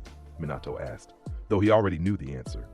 As a Jinchuriki with access to both my own and Mom's Nine-Tails chakra, plus the Flying Thunder God technique, I can engage even the strongest Akatsuki members long enough for the team to identify weaknesses and develop counters. The fourth Hokage closed his eyes, weighing the proposal against his paternal instincts. When he opened them, the decision was made. Assemble your team. You have my authorization for this mission, with one condition: Kakashi joins as your second-in-command. Agreed, Naruto replied without hesitation. His experience will be invaluable. 3 days later, Team Uzumaki, as they had been unofficially dubbed, gathered at Konoha's main gate, prepared for departure. Each member had been selected not just for their individual skills, but for how those abilities complemented the team's overall effectiveness. Our first destination is the Hidden Sand, Naruto briefed them. According to intelligence, Akatsuki members Sasori of the Red Sand and Deidara of the Stone are likely to target Gaara first. We'll coordinate with Sand forces to prepare an appropriate defense and, if possible, set a trap for the Akatsuki pair. A preemptive counterstrike. Shikamaru nodded approvingly. Troublesome, but necessary.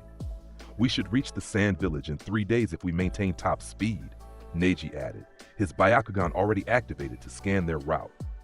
As the team prepared to depart, Kushina appeared at the gate, her long red hair unmistakable even from a distance. I thought Dad would send you to talk me out of this, Naruto said as she approached. To his surprise, Kushina laughed. Quite the opposite. I'm here to give you this. She handed him a small scroll marked with the Uzumaki clan spiral. A new sealing technique I've been developing. It can temporarily suppress a tailed beast's chakra extraction. It might buy precious minutes if Akatsuki manages to capture a Jinchuriki. Naruto accepted the scroll with reverence, knowing the hours of work it represented. Thanks, Mom. One more thing, Kushina added, her violet eyes intense. Remember what I taught you about the Nine-Tails. It's not just a weapon or a power source. It's a sentient being with its own will. Respect that connection, and it may save your life when nothing else can. With a final embrace, Kushina stepped back. Make us proud, but more importantly, come home safe. The journey to the Sand Village was uneventful, allowing Team Uzumaki to refine their strategies and communication protocols. By the time they arrived, Gaara had already implemented enhanced security measures based on Konoha's warning. Naruto Uzumaki, the young Kazekage, greeted them from behind his desk, his expression serious, but his eyes warming slightly at the sight of his fellow Jinchuriki. Konoha responds swiftly to its allies' needs. We're not just allies, Gaara, Naruto replied. We're friends, and Akatsuki is targeting all Jinchuriki. This affects both our villages. The strategic meeting that followed was efficient, with both Gaara's advisors and Team Uzumaki contributing to a comprehensive defense plan. Rather than merely fortifying the village, they decided on a more proactive approach, creating the illusion of vulnerability while preparing multiple traps and counterattacks. Akatsuki relies on surprise and overwhelming force, Kakashi observed. By anticipating their attack, we remove half their advantage. And by preparing specific counters to their abilities, we neutralize the other half, Shikamaru added, studying the intelligence reports on Sasori and Deidara. For 2 weeks, the combined forces prepared. Sakura worked with Sand medical teams to develop antidotes to Sasori's poisons, based on historical samples preserved in the Sand's archives. Sasuke and Neji trained with Sand sensors to extend their perceptual range, creating an early warning network around the village. Shikamaru collaborated with Temari, now the Sand's chief strategist, to develop layered defensive formations. Naruto spent his evenings with Gaara, helping the Kazekage refine his control over Shukaku. Though younger than Naruto, Gaara had made remarkable progress since receiving proper Jinchuriki training from Kushina. "Your mother's teachings changed everything for me," Gaara confessed during one session, his usually stoic expression softening. "For the first time, I saw my burden as something other than a curse." "That's what she does," Naruto smiled. "She shows us that being a Jinchuriki can be a source of strength, not just for ourselves, but for those we protect." Their conversation was interrupted by an urgent message. Perimeter sensors had detected 2 chakra signatures matching Akatsuki's known energy patterns, approaching from the northwest. "They're here earlier than expected," Gaara noted, immediately switching to his Kazekage demeanor. "Or, right on time for our trap," Naruto countered, his eyes gleaming with determination. "Let's welcome them properly." The defense plan activated with precision. While civilians were evacuated to underground shelters, ninja took their predetermined positions. Rather than hiding their preparations, they made certain aspects visible, a calculated show of readiness designed to channel the attackers toward prepared killing zones. Deidara and Sasori appeared at dawn, the former riding a massive clay bird high above the village, the latter walking steadily across the desert in his hunched Hiruko puppet form. "Subtle, aren't they?" Kakashi remarked dryly as they observed the approach from the Kazekage's tower. "Their confidence works to our advantage," Neji replied, his Byakugan tracking both attackers' chakra networks. "They're not expecting a coordinated defense." Gaara stepped forward, sand swirling around him. "I will engage the one in the sky. His aerial advantage makes him my natural opponent. While we take the puppet master," Naruto nodded, "just as planned." What followed was a battle unlike anything the Sand Village had witnessed in generations. Gaara rose into the sky on a platform of sand, engaging Deidara in an aerial duel that lit the morning sky with explosions and sand defenses. Below, Team Uzumaki executed a perfect pincer movement against Sasori, herding him toward a prepared battleground where his puppet techniques would be less effective. "His real body is inside the Hiruko puppet," Neji called out, his Byakugan penetrating the disguise.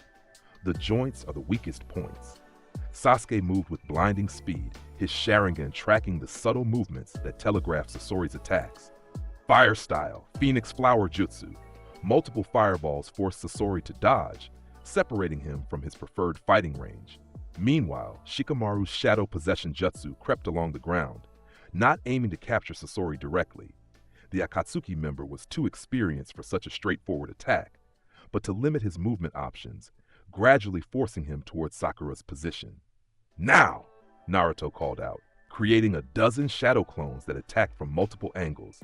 The assault forced Sasori to reveal more of his arsenal, poison Senbon shooting from Hiruko's mouth in a wide spray. But Team Uzumaki had prepared for this. Each member had taken Sakura's antidote beforehand, and their coordinated movements minimized exposure. In the sky, Gaara was proving why he had been named Kazekage at such a young age. His sand control had evolved far beyond what it had been during the Chunin exams, now capable of forming multiple independent attacks while maintaining an absolute defense. Deidara found his explosives consistently intercepted or contained within sand shells that directed the blasts away from the village. "Your defense is impressive, yeah," the bomber called out, his visible eye narrowing in frustration. "But my art is an explosion, and true art is a bang!" He released a massive clay creation, a C3 dragon that threatened to destroy a significant portion of the village if detonated. But Gaara had anticipated such a move. A massive sphere of sand engulfed the clay construct completely, then shot skyward, containing the enormous explosion that followed. The concussive force still knocked Gaara back, momentarily disrupting his sand platform.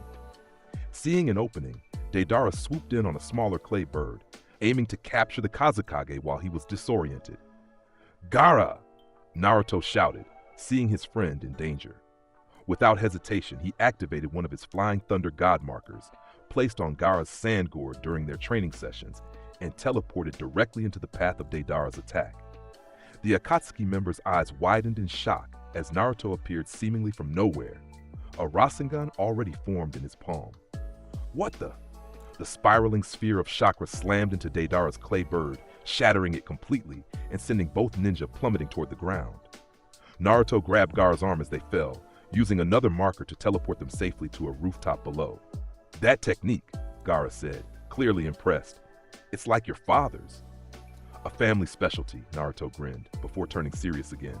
"He's not done yet." Indeed, Deidara had managed to form another, smaller clay bird during his fall, saving himself from impact. But now he faced not just Gaara, but Naruto as well, two Jinchuriki working in perfect tandem. Meanwhile, the battle against Sasori had reached its climax. Forced to abandon his damaged Hiriko shell, the puppet master revealed his true form, a youthful-looking human puppet, preserved through his twisted art. "Impressive teamwork," Sasori acknowledged, his voice now younger and clearer. "But you're about to witness the full extent of my collection." Scrolls unfurled from his back, summoning the legendary 10 puppets of Shikamatsu, the masterpieces of the first puppet master. Simultaneously, he revealed the most disturbing aspect of his art, his own body converted into a living puppet with a cylindrical container where his heart should be. "That's his only living part," Neji confirmed, his Byakugan focused on the container, the core that maintains his human chakra. "Then that's our target," Sakura stated, pulling on her combat gloves. She had been waiting for this moment, conserving her chakra while analyzing Sasori's movements and puppet techniques. The clash that followed pushed Team Uzumaki to their limits. Sasori's 10 puppets attacked in perfect coordination, each specialized for different combat roles. Kakashi's Sharingan and years of experience proved invaluable as he countered puppet after puppet, his lightning blade cutting through their wooden forms. Sasuke and Neji worked in seamless tandem, the Sharingan predicting attacks, the Byakugan identifying structural weaknesses, allowing them to disable 3 of the legendary puppets in rapid succession. Shikamaru, despite his limited offensive capabilities, proved essential in controlling the battlefield, his shadow techniques restricting Sasori's movement options while providing tactical analysis to his teammates. His attack patterns follow a specific sequence, the Nara genius observed. There's a 3-second vulnerability after his wide area attacks. "Sakura, on my signal!" When the moment came, Sakura charged forward with chakra-enhanced speed, her fist glowing with concentrated power. Sasori redirected all his remaining puppets to intercept her, creating a seemingly impenetrable wall of wood, metal, and poison. "Now!" Shikamaru called out.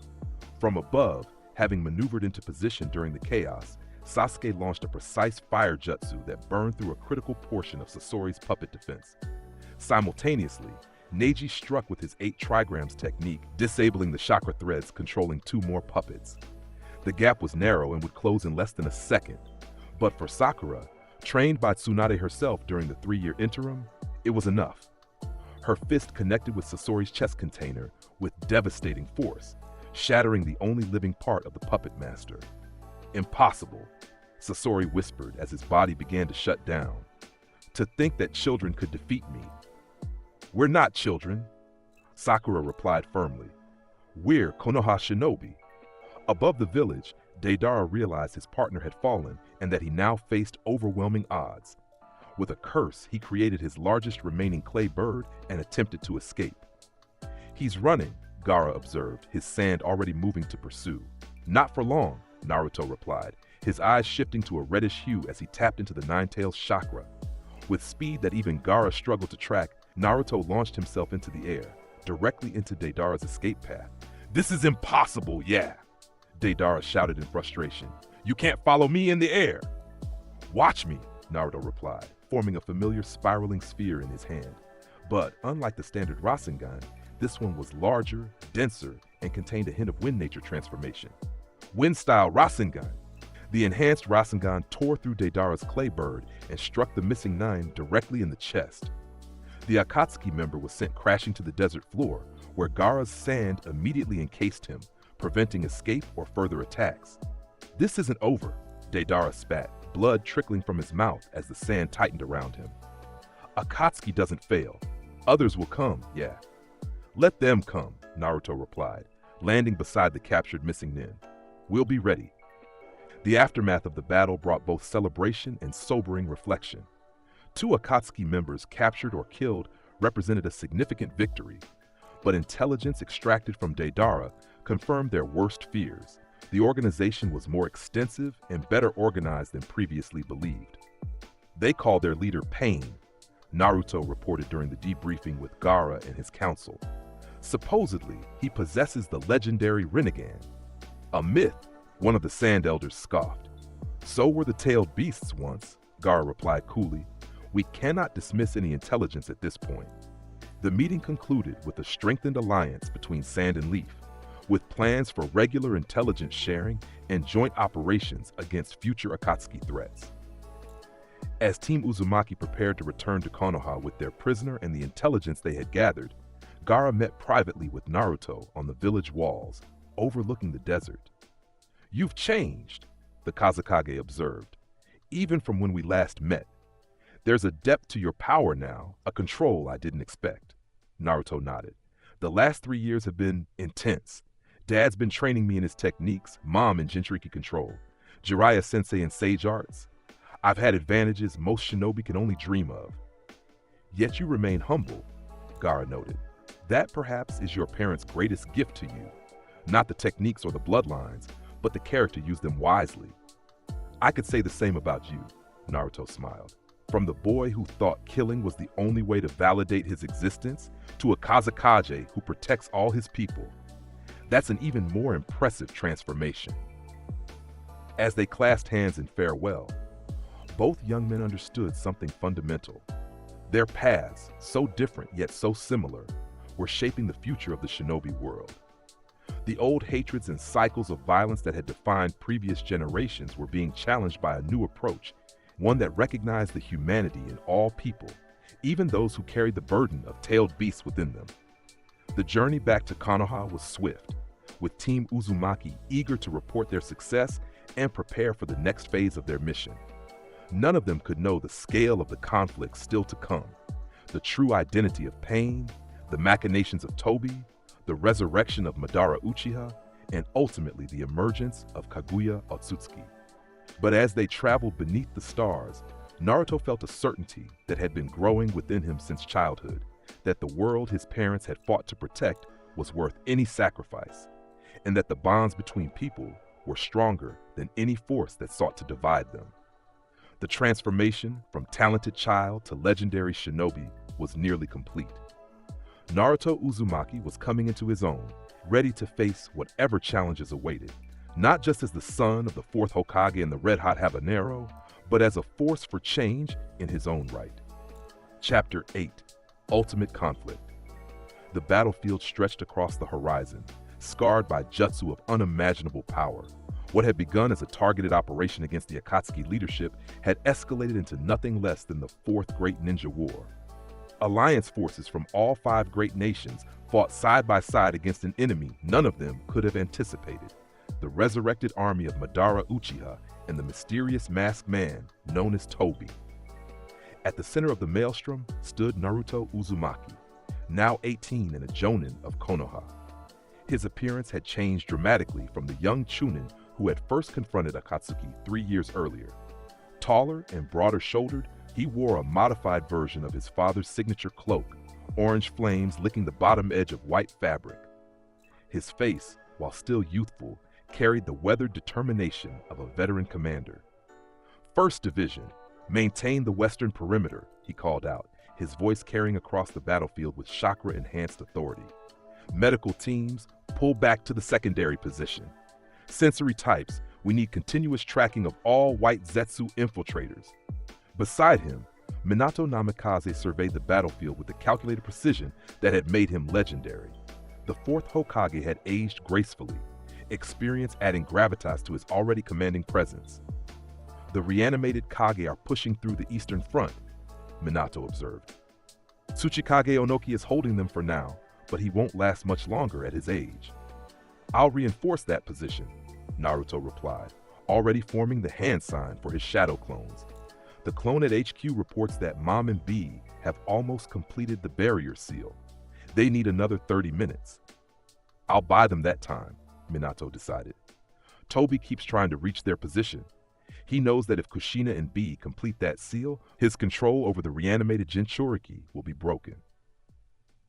The father and son exchanged a brief look of understanding before simultaneously activating their Flying Thunder God technique, vanishing in flashes of yellow and orange light to their respective battlefields.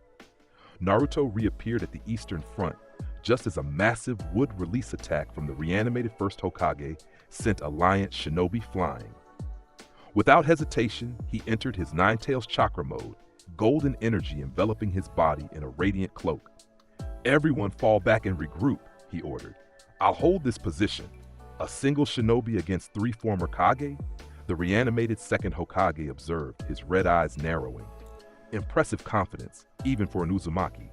"He's more than just an Uzumaki," the first Hokage replied, a hint of pride in his otherwise controlled voice. "That chakra, he's the Nine Tails Jinchuriki, and from his resemblance to the Yellow Flash, I'd say he's Minato's son." "Correct on both counts," Naruto confirmed, dropping into a fighting stance. "And I've had excellent teachers." What followed was a battle of Kage-level intensity, with Naruto demonstrating just how far he had evolved since the days of Team 7. His chakra mode allowed him to match the first Hokage's wood release with constructs of pure chakra, while his speed rivaled the second's famous body flicker technique. When the third Raikage joined the fray with his legendary lightning armor, Naruto countered with a perfected wind-style Rasengan that could penetrate even the strongest defenses. He fights like a perfect fusion of Minato and Kushina, the reanimated third Hokage observed, briefly breaking free of the control to admire his successor's son. The strategic precision of his father with the overwhelming force of his mother. And something uniquely his own, the first added. A unifying presence that inspires those around him. Indeed, as Alliance forces regrouped behind Naruto's one-man stand, they found new resolve, reorganizing and returning to support him with coordinated attacks. Among them was Sasuke Uchiha, who had grown into a formidable shinobi in his own right, his Mangekyo Sharingan blazing as he cut through white Zetsu clones with his lightning-infused blade. "Show off," Sasuke commented as he reached Naruto's position, though a hint of a smile belied his tone. "Fighting 3 Hokage at once?" "Just keeping them busy," Naruto replied, seamlessly incorporating Sasuke into his battle rhythm. "How's the Southern Front?" "Secured. Sakura and the medical division have set up a field hospital. Neiji's team is providing perimeter security." Sasuke's eyes tracked the movements of the reanimated Kage with preternatural precision. "We've identified the weakness in the reanimation jutsu. Destroy the control tags, and their personalities reassert control over their bodies." "On it," Naruto nodded, creating 3 shadow clones that immediately entered Sage mode. Another technique he had mastered during the intervening years. "Cover me." As Sasuke launched a barrage of Amaterasu flames to distract the reanimated Kage, Naruto's Sage clones executed a perfectly synchronized attack, targeting the control tags embedded in each reanimated body. One by one, the former Hokage regained their free will, their eyes clearing as Kabuto's control was severed. "Well done, young Uzumaki," the first Hokage said, now in control of his actions. "It seems the will of fire burns brightly in the next generation." "We'll hold this position," the second added pragmatically. "Without Kabuto's control, we can fight against his other pawns." Naruto nodded gratefully. "The true threat is still ahead, Madara and Tobi. We need to reach the central battlefield." Meanwhile, at the Allied Shinobi Force headquarters, Kushina Uzumaki and Killer Bee worked frantically on a massive sealing array. Surrounded by the most skilled sealing experts from all 5 villages, they were creating something unprecedented. A barrier capable of containing and neutralizing the Ten Tails should Madara succeed in reforming it. "The northwestern quadrant is unstable," Kushina noted, her red hair tied back as she worked with intense concentration. "The Uzumaki spiral needs to balance the Turtle Island configuration that B is adding." "Yo, this seal is tight, but the balance ain't right," B rapped, adjusting his portion of the massive array. "Gotta tune it just so, or the whole thing will blow." Their work was interrupted by a tremendous explosion that shook the entire headquarters. Through the dust and debris, a single figure emerged. Tobi, his orange spiral mask now cracked to reveal one Sharingan eye. "Your efforts are futile," the masked man stated flatly. The infinite Tsukuyomi is inevitable. Why struggle against the perfect world I'll create? Because a perfect illusion is still just an illusion, Kushina replied, golden chains erupting from her back to form a protective barrier around the ceiling array. Real life, with all its pain and joy, is worth fighting for. Foolish sentiment from the woman who should have died 18 years ago, Tobai replied. Had you and Minato perished that night as planned, much suffering could have been avoided. Kushina's eyes narrowed dangerously. So you're the one who extracted the nine tails that night. I've wondered about your identity for years. It doesn't matter who I am, Toby replied, forming hand signs for a powerful fire jutsu. Only what I will become when the plan is complete. Before he could finish the technique, a yellow flash appeared between him and Kushina, Minato teleporting to one of the many markers he had placed around his wife over the years. I think it matters very much who you are, the fourth Hokage stated, his voice uncharacteristically hard. Especially when you threaten my family, Obito. The name hung in the air like a physical weight. Behind his damaged mask, Toby, now revealed as Obito Uchiha, faltered momentarily. That name means nothing to me anymore, he finally replied. Obito died in the cave during the Third Great War. Then I failed you twice, Minato said quietly. Once when I didn't reach you in time, and again when I didn't search for you afterward. Sentiment won't save you this time, Sensei, Obito spat, activating his Mangekyo Sharingan. Nothing will stop the Eye of the Moon plan. The battle that followed tested even Minato's legendary speed and precision. Obito's intangibility made conventional attacks useless, while his wood release, gained from cells grafted into his reconstructed body, created deadly hazards throughout the command center.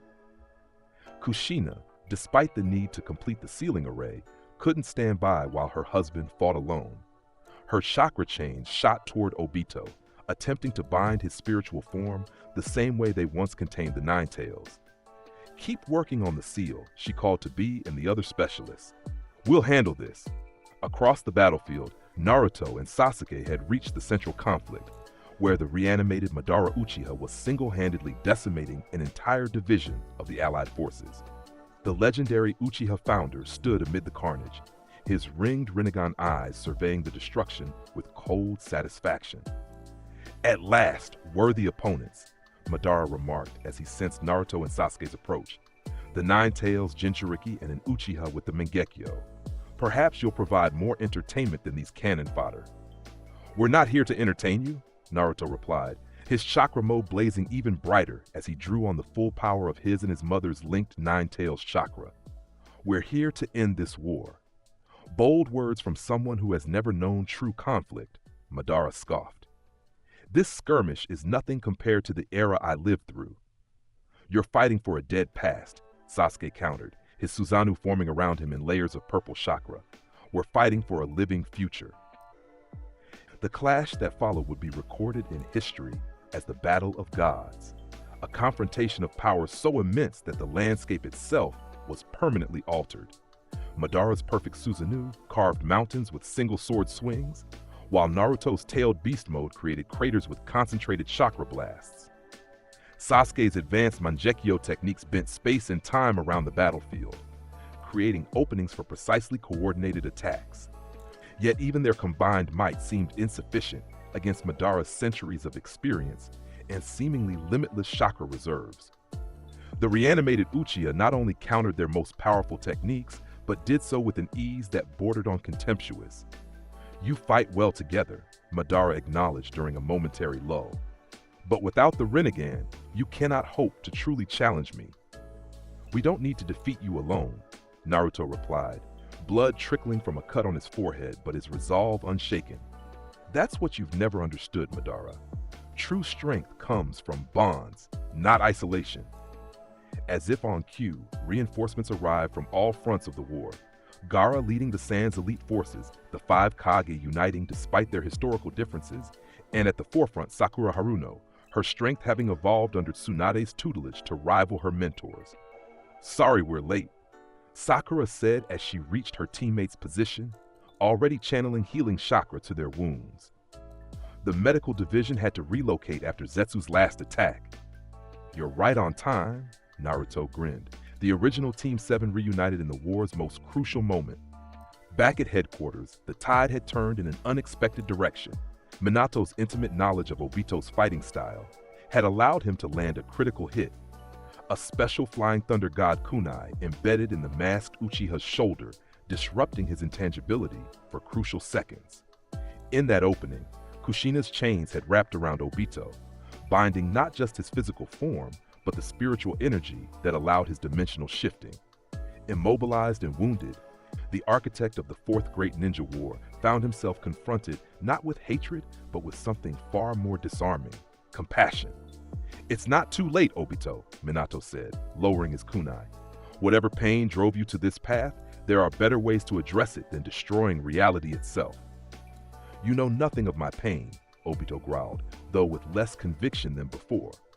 "Rin died because of this corrupt system. The infinite Tsukuyomi will create a world where she still lives. But it won't be real," Kushina replied gently. "And Rin, the real Rin who cared for her teammates, would never want this world destroyed in her name." Something in Obito's visible eye flickered. Doubt, perhaps, or a glimmer of the idealistic boy he had once been. "I've gone too far," he finally said, his voice hollow. "There's no redemption for what I've done." "That's not for you to decide," Minato replied. "Redemption begins with a single choice to change course." Before Obito could respond, a new presence materialized in the command center, a distortion in space from which emerged Black Zetsu, its amorphous form immediately latching onto Obito's weakened body. "Sentimental fool," Zetsu hissed, its voice an unnatural overlay of multiple tones. "If you won't complete the plan, your body will still serve its purpose." To everyone's horror, Obito's form began to transform as Zetsu forcibly took control, channeling an ancient chakra that none of them had encountered before. The sealing specialists scattered as the command center began to collapse around them. "The seal!" Kushina shouted, rushing back to the array. "It's nearly complete. We need to activate it now." "But it's not stable," one of the specialists protested. "It's now or never," Kushina replied grimly, her hands forming the activation sequence. "Minato, get everyone out of here. This could level the entire headquarters." "I'm not leaving you," the fourth Hokage stated firmly, moving to her side to add his chakra to the activation. "B, take the others and warn the battlefield. Tell Naruto that Zetsu is the true enemy. It's using Obito as a vessel for something else entirely." As Killer B reluctantly led the specialists to safety, Minato and Kushina stood side by side, just as they had 18 years earlier when facing the Nine Tails. Their chakra merged into the massive sealing array, which began to glow with blinding intensity. "Just like old times," Kushina smiled despite the dire circumstances. "You and me against impossible odds." "I wouldn't have it any other way," Minato replied, squeezing her hand. "Let's finish this." At the central battlefield, the united shinobi forces had managed to push Madara into a defensive position for the first time.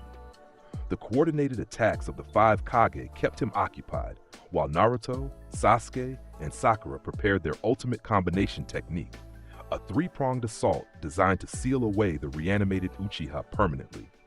The moment was shattered by Killer B's arrival, his partially transformed tailed beast form carrying him across the battlefield at tremendous speed.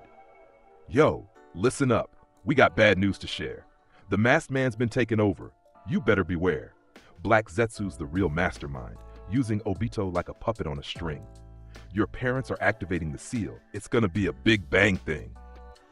"Mom and Dad are what?" Naruto's concentration broke, his head snapping toward the distant headquarters where a column of light was beginning to form. "That seal isn't stable enough for activation." Before anyone could respond, the ground beneath them trembled violently. From the earth emerged white Zetsu clones by the thousands, but unlike previous encounters, these moved with singular purpose toward Madara. "What is this?" the reanimated Uchiha demanded as the Zetsu clones began to merge with his form, their mass increasing his physical power exponentially. "The culmination of centuries of planning," Black Zetsu's voice emerged from the Zetsu collective. "You were never meant to be the end, Madara, merely a means to resurrect the true progenitor of all chakra." Realization dawned on Naruto's face. "They're trying to resurrect Kaguya Akatsuki. The Sage of Six Paths warned me about this in my vision." "Vision?" Sasuke questioned sharply. During my sage training, I connected with the spirits of past Jinchuriki, including the sage himself. He showed me glimpses of the true history, Kaguya, the god tree, the origin of chakra itself. The transformation accelerated as more Zetsu emerged, Madara's form expanding and changing until he no longer resembled the legendary Uchiha at all. In his place stood something alien and terrifying, Kaguya Otsutsuki, the rabbit goddess, mother of all chakra and progenitor of the shinobi world. My children have grown willful in my absence, Kaguya's otherworldly voice echoed across the battlefield. It is time to reclaim what is mine. With a gesture, the very fabric of reality began to tear, dimensions splitting open to reveal alien landscapes. Shinobi throughout the battlefield found themselves separated, transported to different dimensional planes created by Kaguya's incomprehensible power. "We need to get back to headquarters," Naruto shouted to Sasuke as they managed to stay together through sheer force of chakra. "The seal my parents are activating. It was designed for the 10 tails, but it might work on Kaguya if we can lure her into it." Sasuke nodded, his Rinnegan, newly awakened in the heat of battle, allowing him to perceive the dimensional rifts. "I can navigate the dimensional shifts. Stay close." At headquarters, the sealing array had expanded to encompass the entire structure, golden light pulsing as Minato and Kushina poured their combined chakra into stabilizing it. The strain was enormous, sweat pouring down their faces as they fought to control the volatile energies. "It's too powerful," Kushina gasped, blood beginning to trickle from her nose with the effort. "We need more chakra to stabilize the outer ring." "I know," Minato replied, his voice strained. "But we can't stop now. If Kaguya fully manifests, the world as we know it ends." Just as the seal seemed about to collapse, a flash of orange light announced Naruto's arrival, Sasuke appearing alongside him through a Rinnegan portal. "Mom! Dad!" Naruto rushed to their side, immediately adding his chakra to the sealing array. "We'll stabilize it together."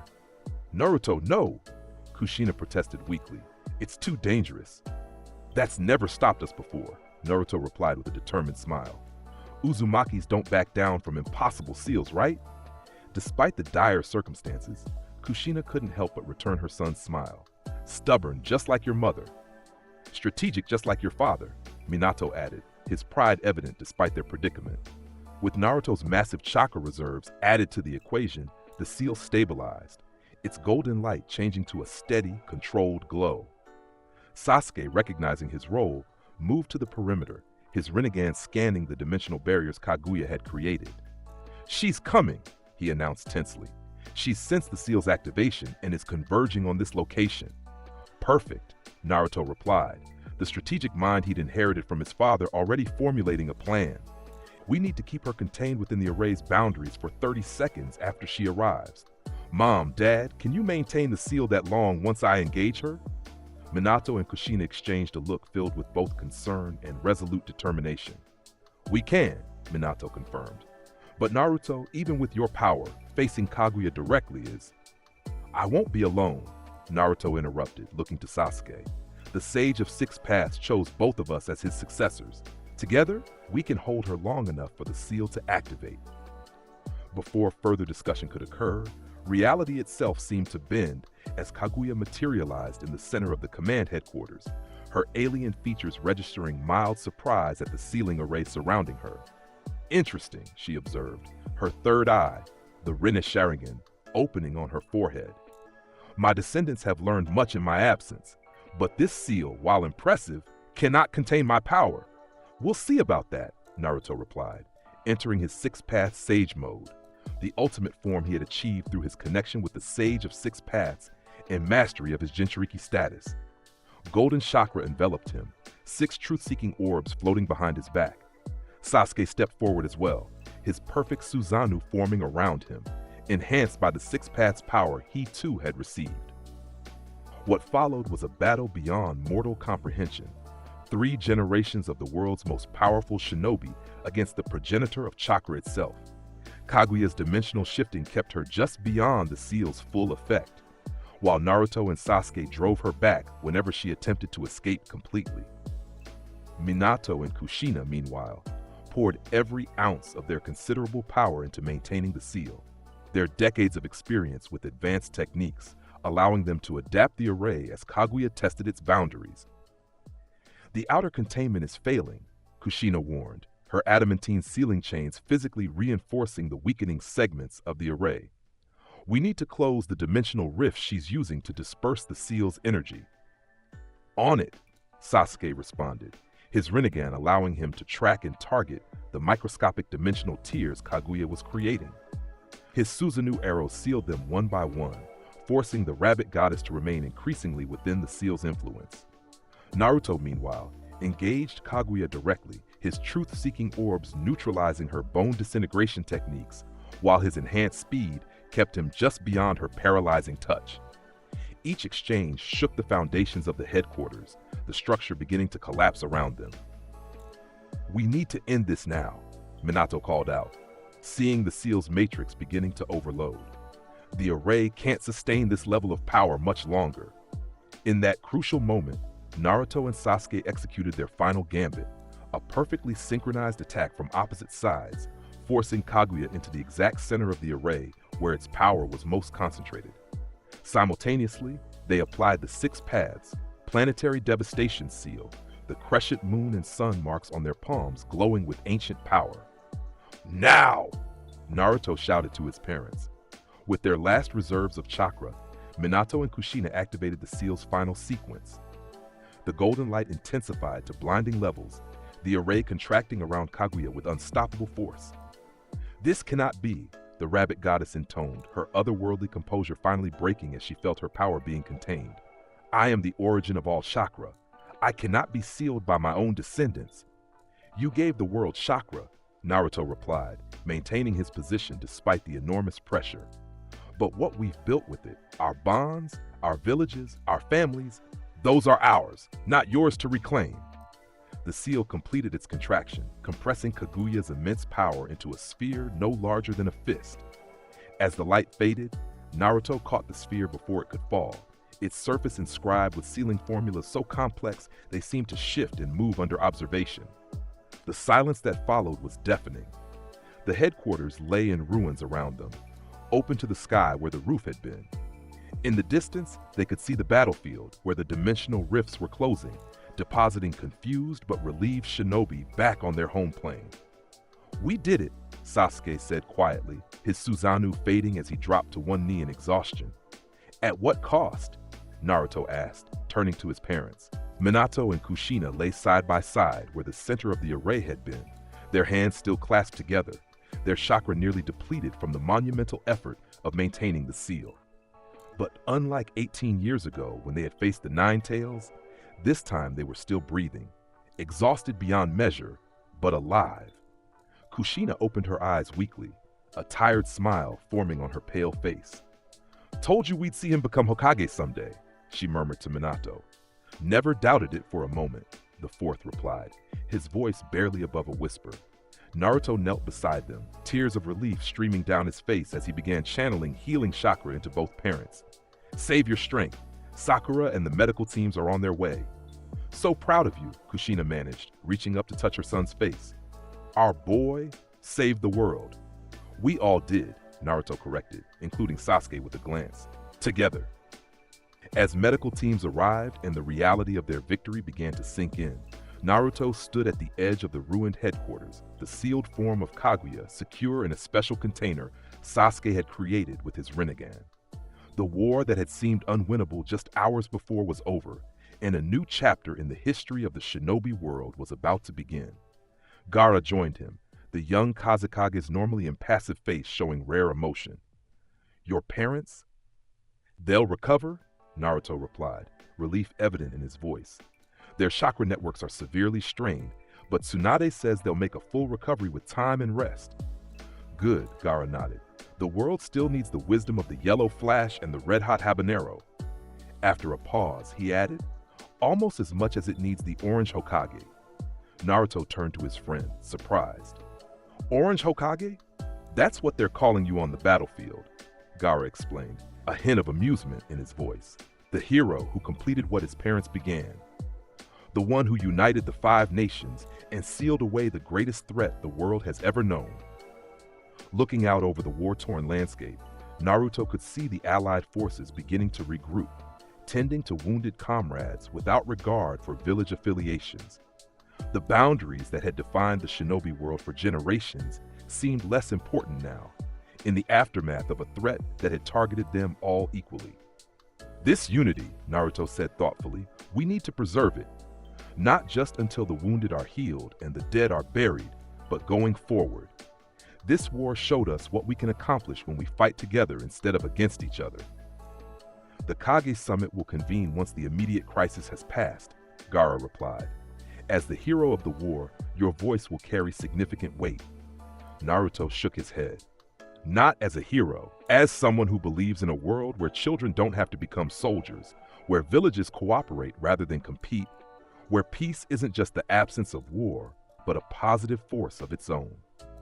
As the sun began to set on the final day of the Fourth Great Ninja War, Naruto Uzumaki stood at the threshold of a new era, one he had helped create through not just his power, but his unwavering belief in the bonds between people. Behind him lay the legacy of his parents, who had survived to see their son fulfill his potential. Before him stretched a future bright with possibility, challenges still to face, but with the united strength of the shinobi world to face them. The journey from the night the Nine Tails attacked to this moment had been long and filled with both joy and hardship.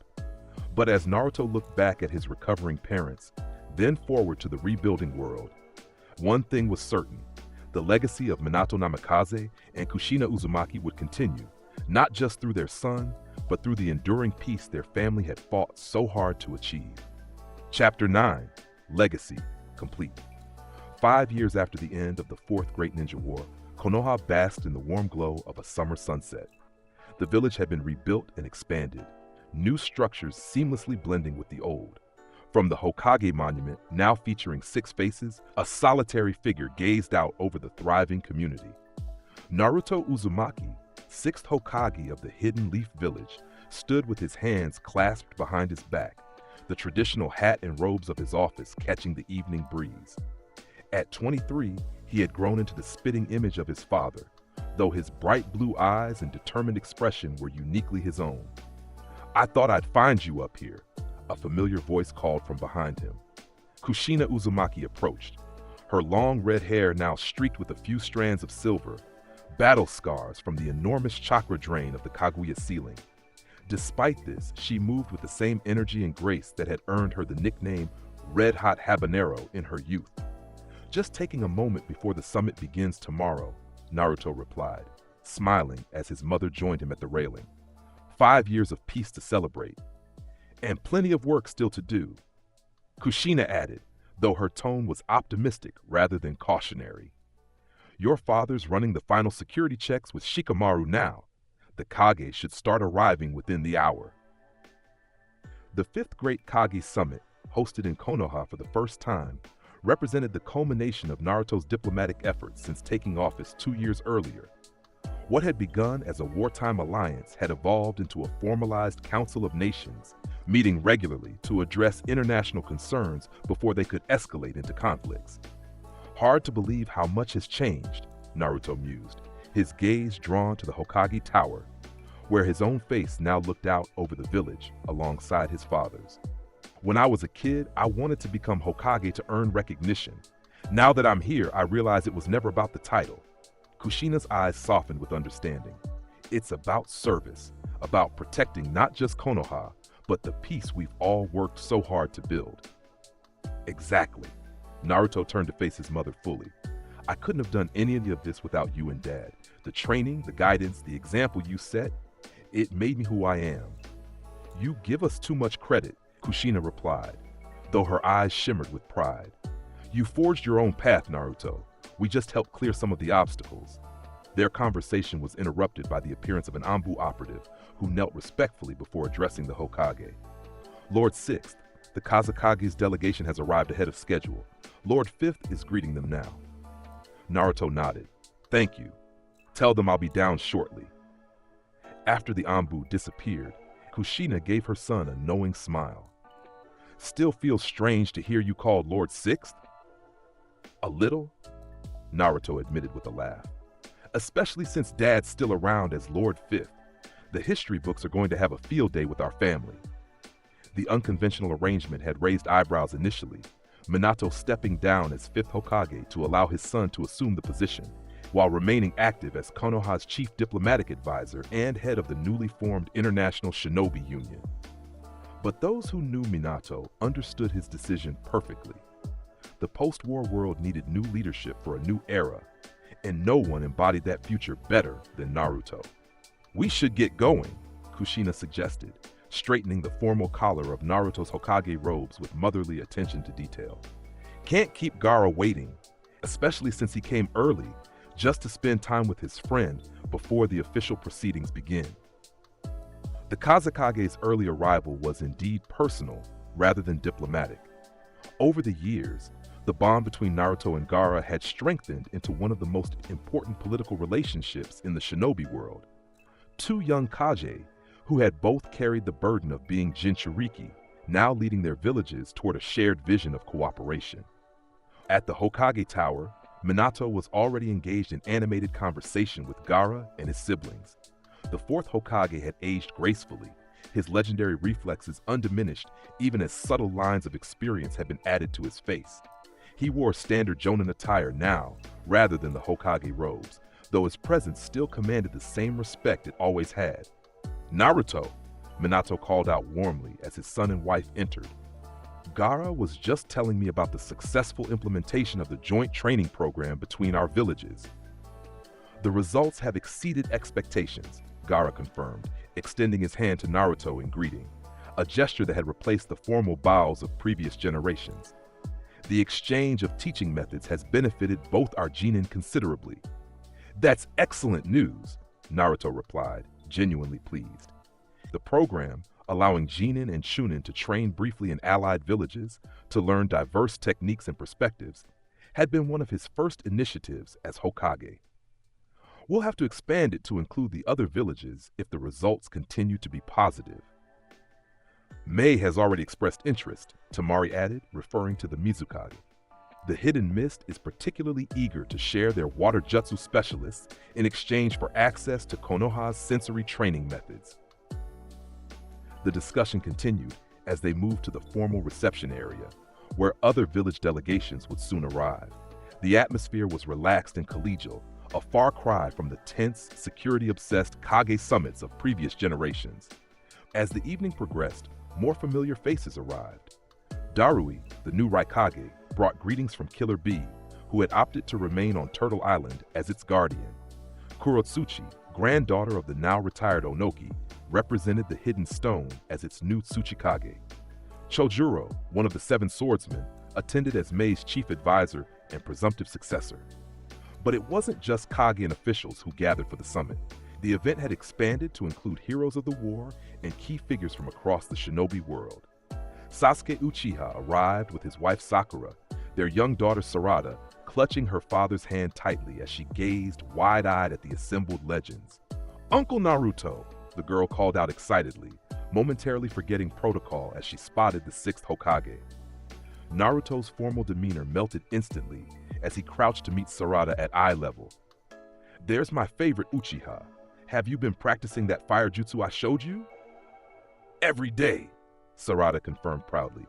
"Mama says I'm already better at chakra control than Papa was at my age." Sasuke raised an eyebrow at his wife, who merely shrugged with a mischievous smile. "It's true. Our daughter's a prodigy. Like father, like daughter," Naruto laughed, standing to embrace his former teammates. Though Sasuke officially served as Konoha's shadow operative, handling sensitive missions beyond its borders, and Sakura directed the village's medical program, to Naruto they would always be, first and foremost, his closest friends. "How are the summit preparations coming along?" Sakura asked, effortlessly shifting from friend to advisor. "Everything's on schedule," Naruto confirmed. "Shikamaru's got the agenda finalized, and security is airtight thanks to Dad and Sasuke's precautions." "Good," Sasuke nodded. "My intelligence network hasn't detected any specific threats, but with all 5 Kaji in one location, we can't be too careful." As the reception continued, Naruto found a quiet moment to step onto the balcony. That's how Naruto rewrote his destiny. What was your favorite moment? Let me know in the comments. If you enjoyed this story, hit like and subscribe for more epic what-if scenarios. Thanks for watching.